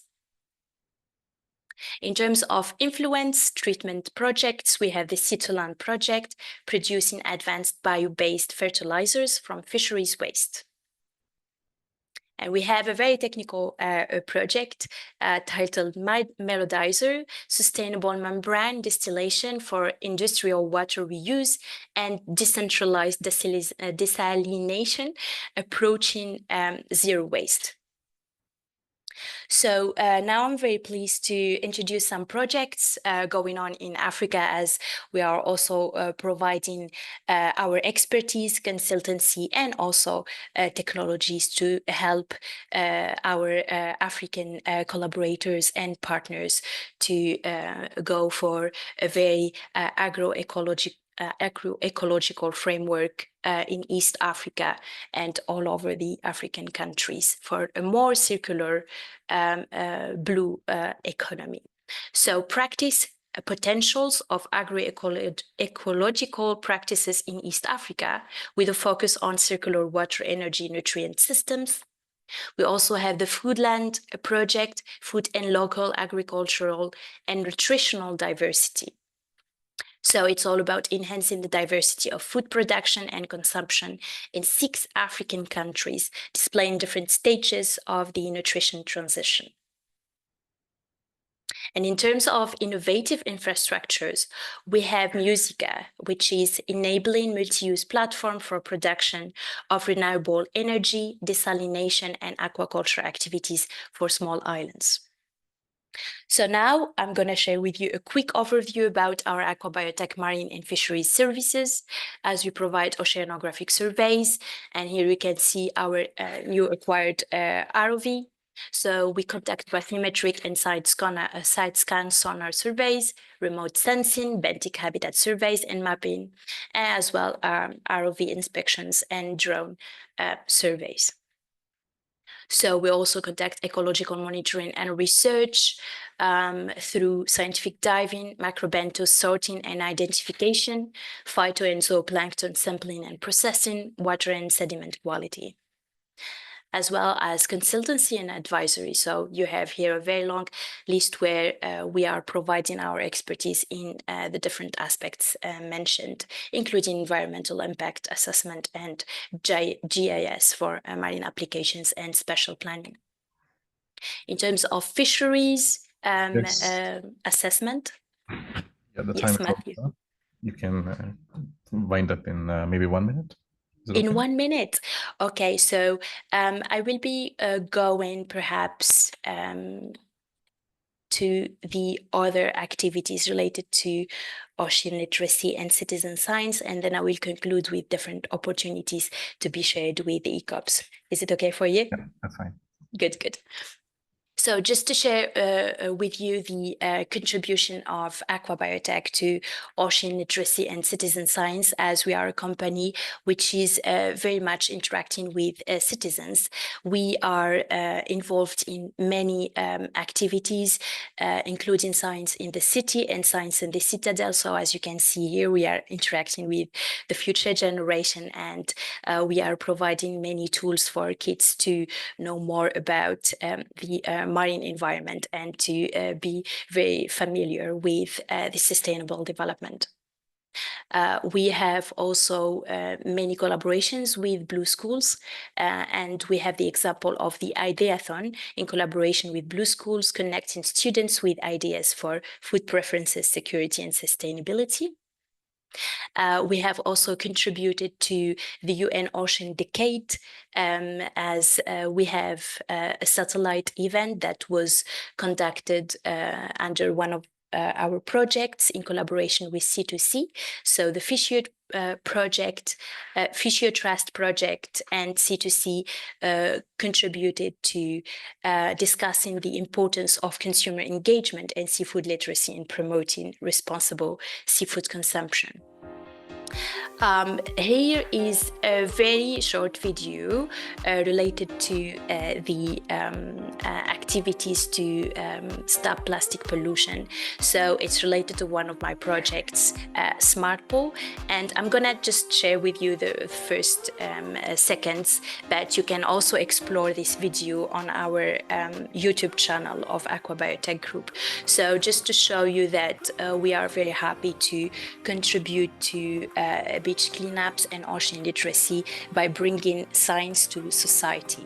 And that was done within the EMD in my country collaborations.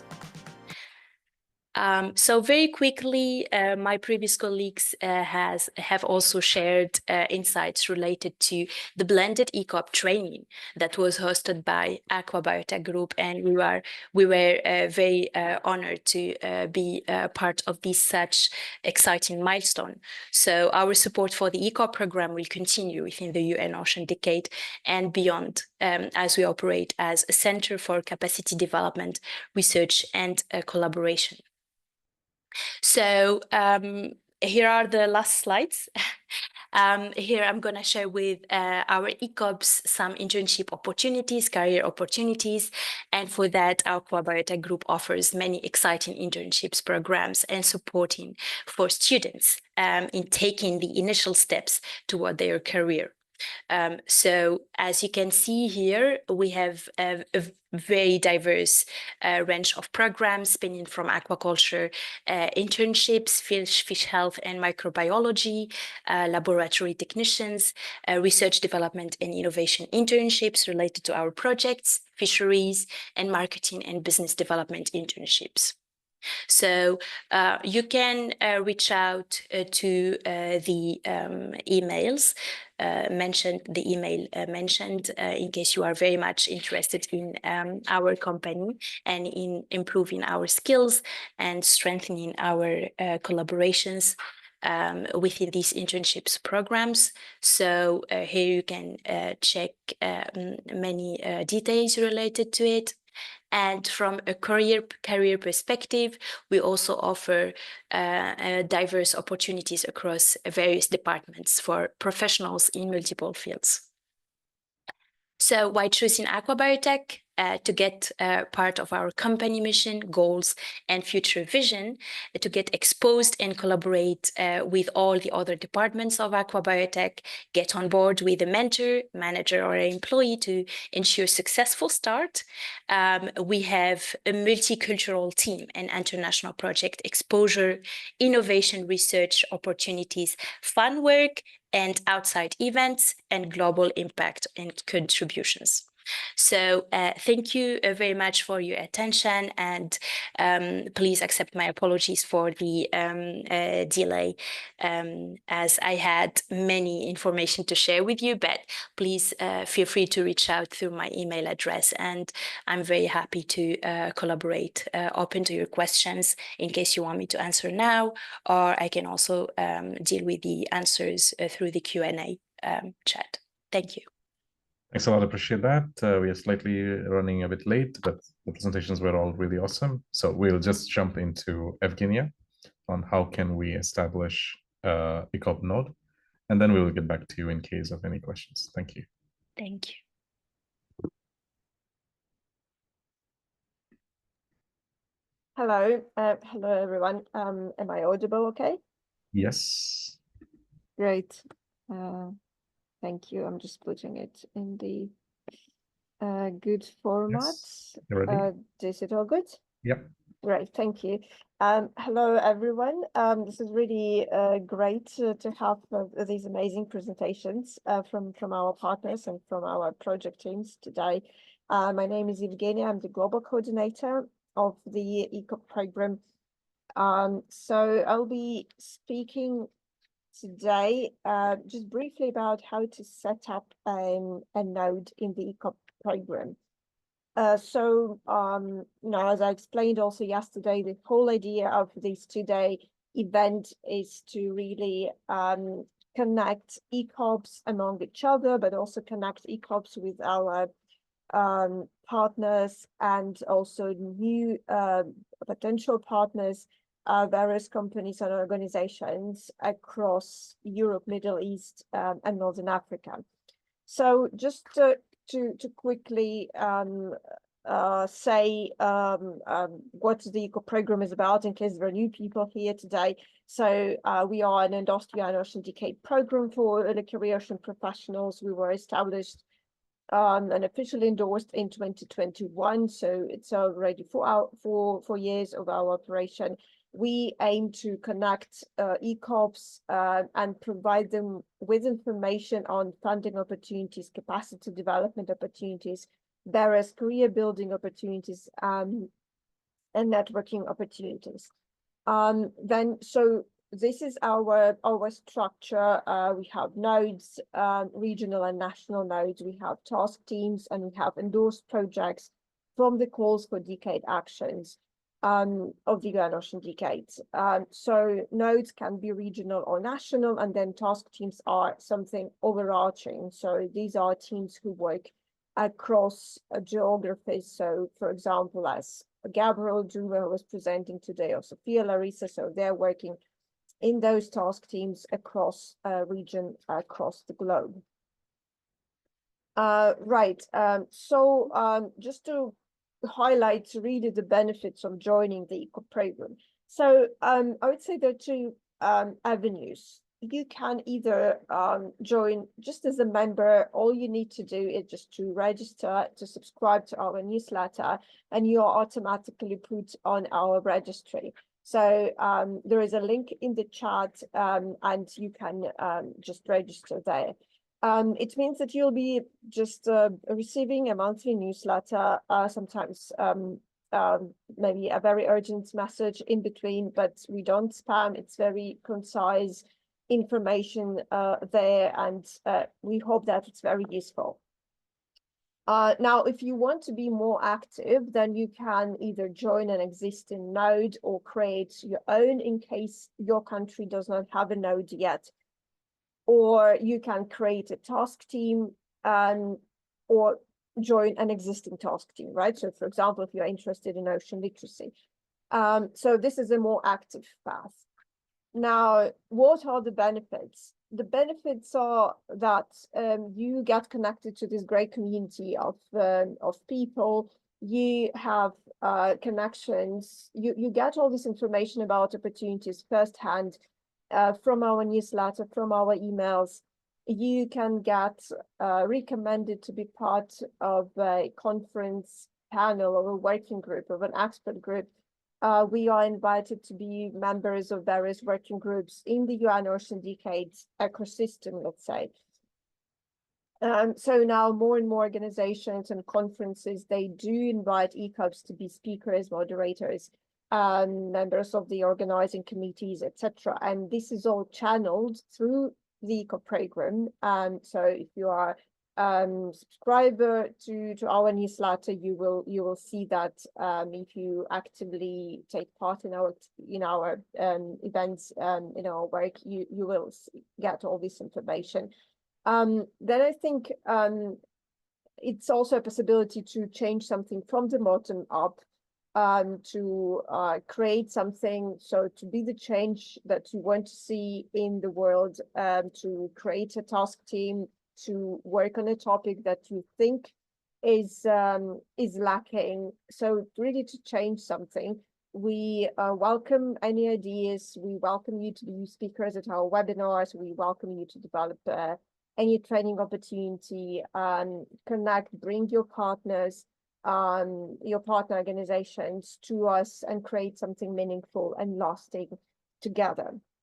We also create great support groups for conferences like we did for the Lisbon conference.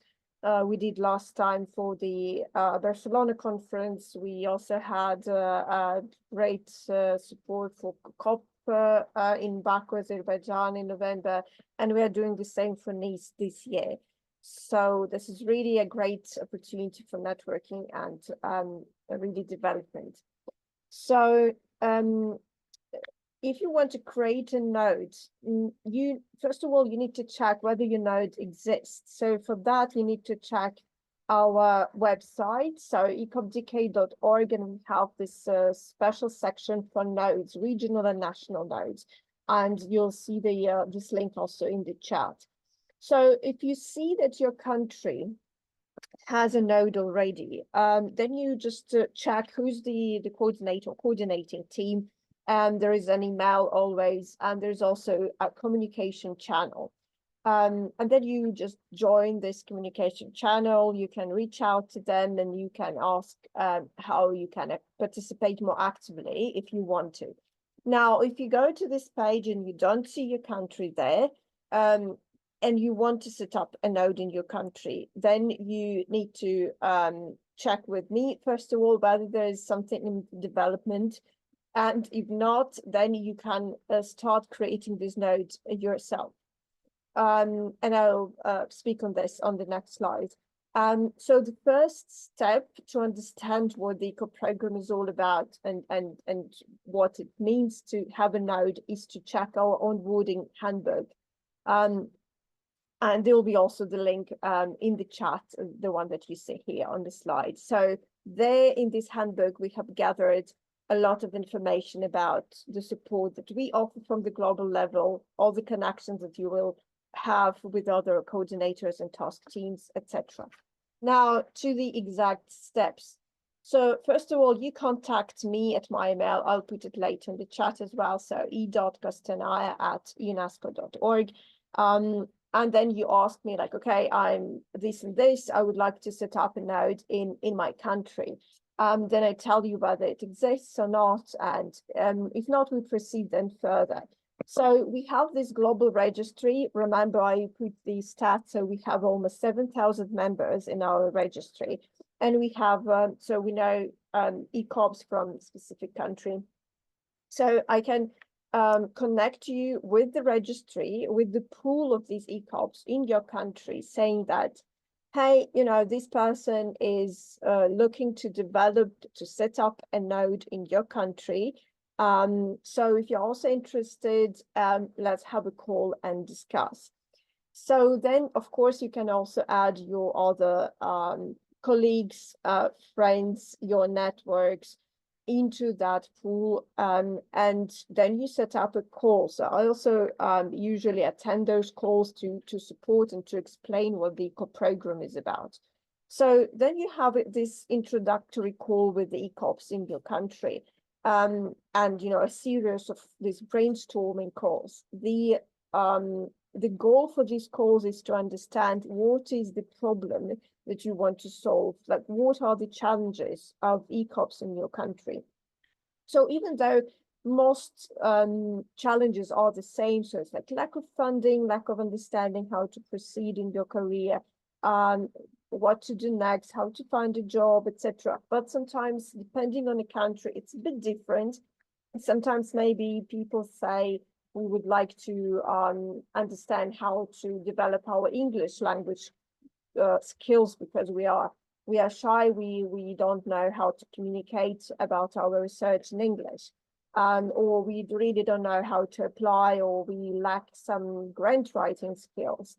So it depends, varies really across the globe just a little bit.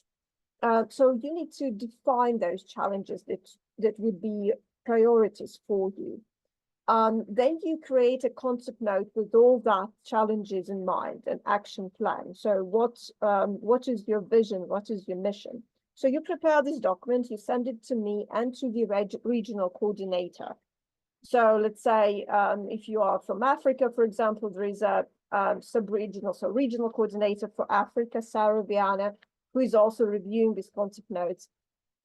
So we review that, and then if everything is okay, so we communicate with you, and then you prepare materials for this webpage for your country on our website. We just need basically some extracts, some text out of your concept note, and then some pictures for the banner, and also the bios and profile picture of the coordinators.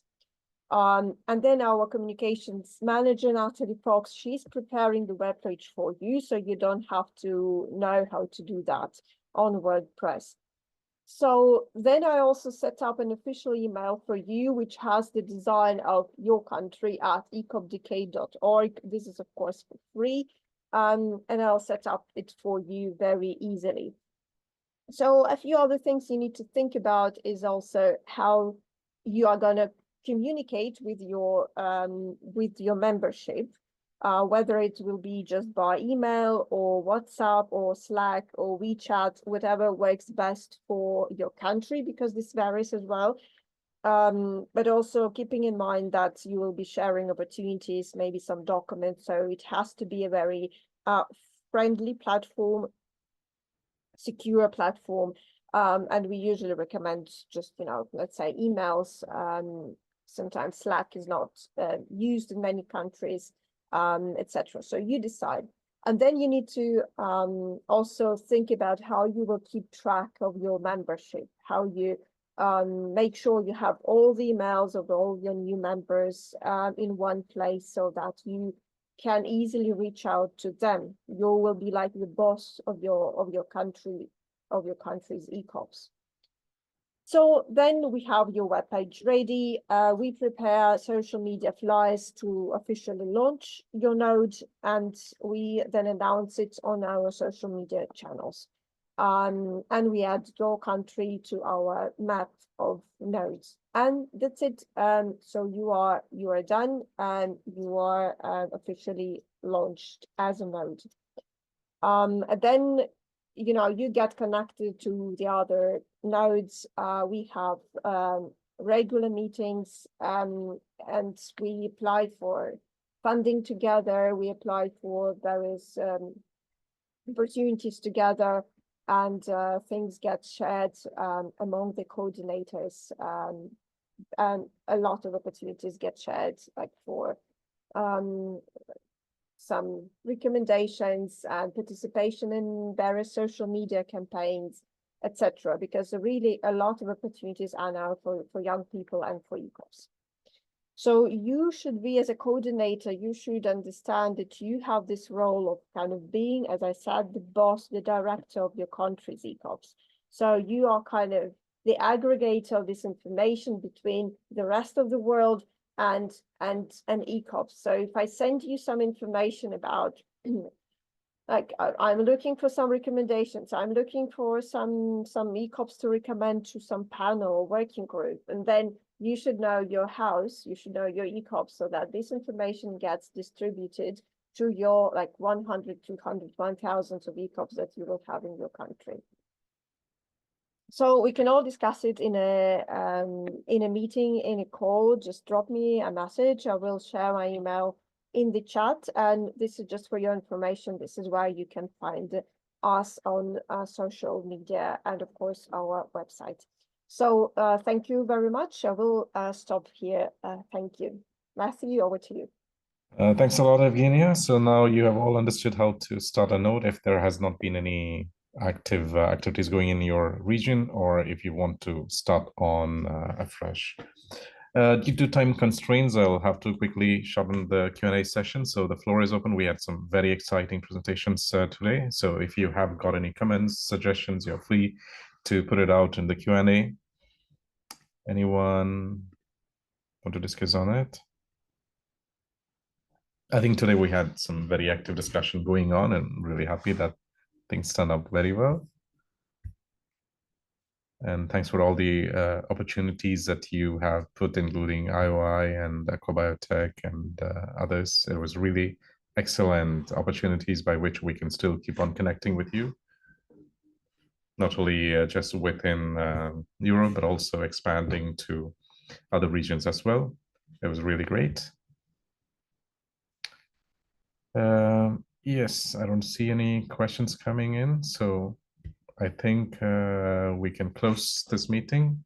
Really thankful for all the team members for presenting in here, all the speakers especially, and Evgenia for her support, and the Natalie and Naomi for their support when preparing the flyer itself, and all the speakers. They have, I think you have given a very excellent presentation to our team and also to the ECOPs, and all of you have attended. I'm pretty sure that you had definitely some great insights on what are the works that is being organized with ECOP and how can you keep associated with it. And also, like, if you have similar activities or events that you want to connect with any of the speakers, if you're not able to reach out to them, please leave us a message.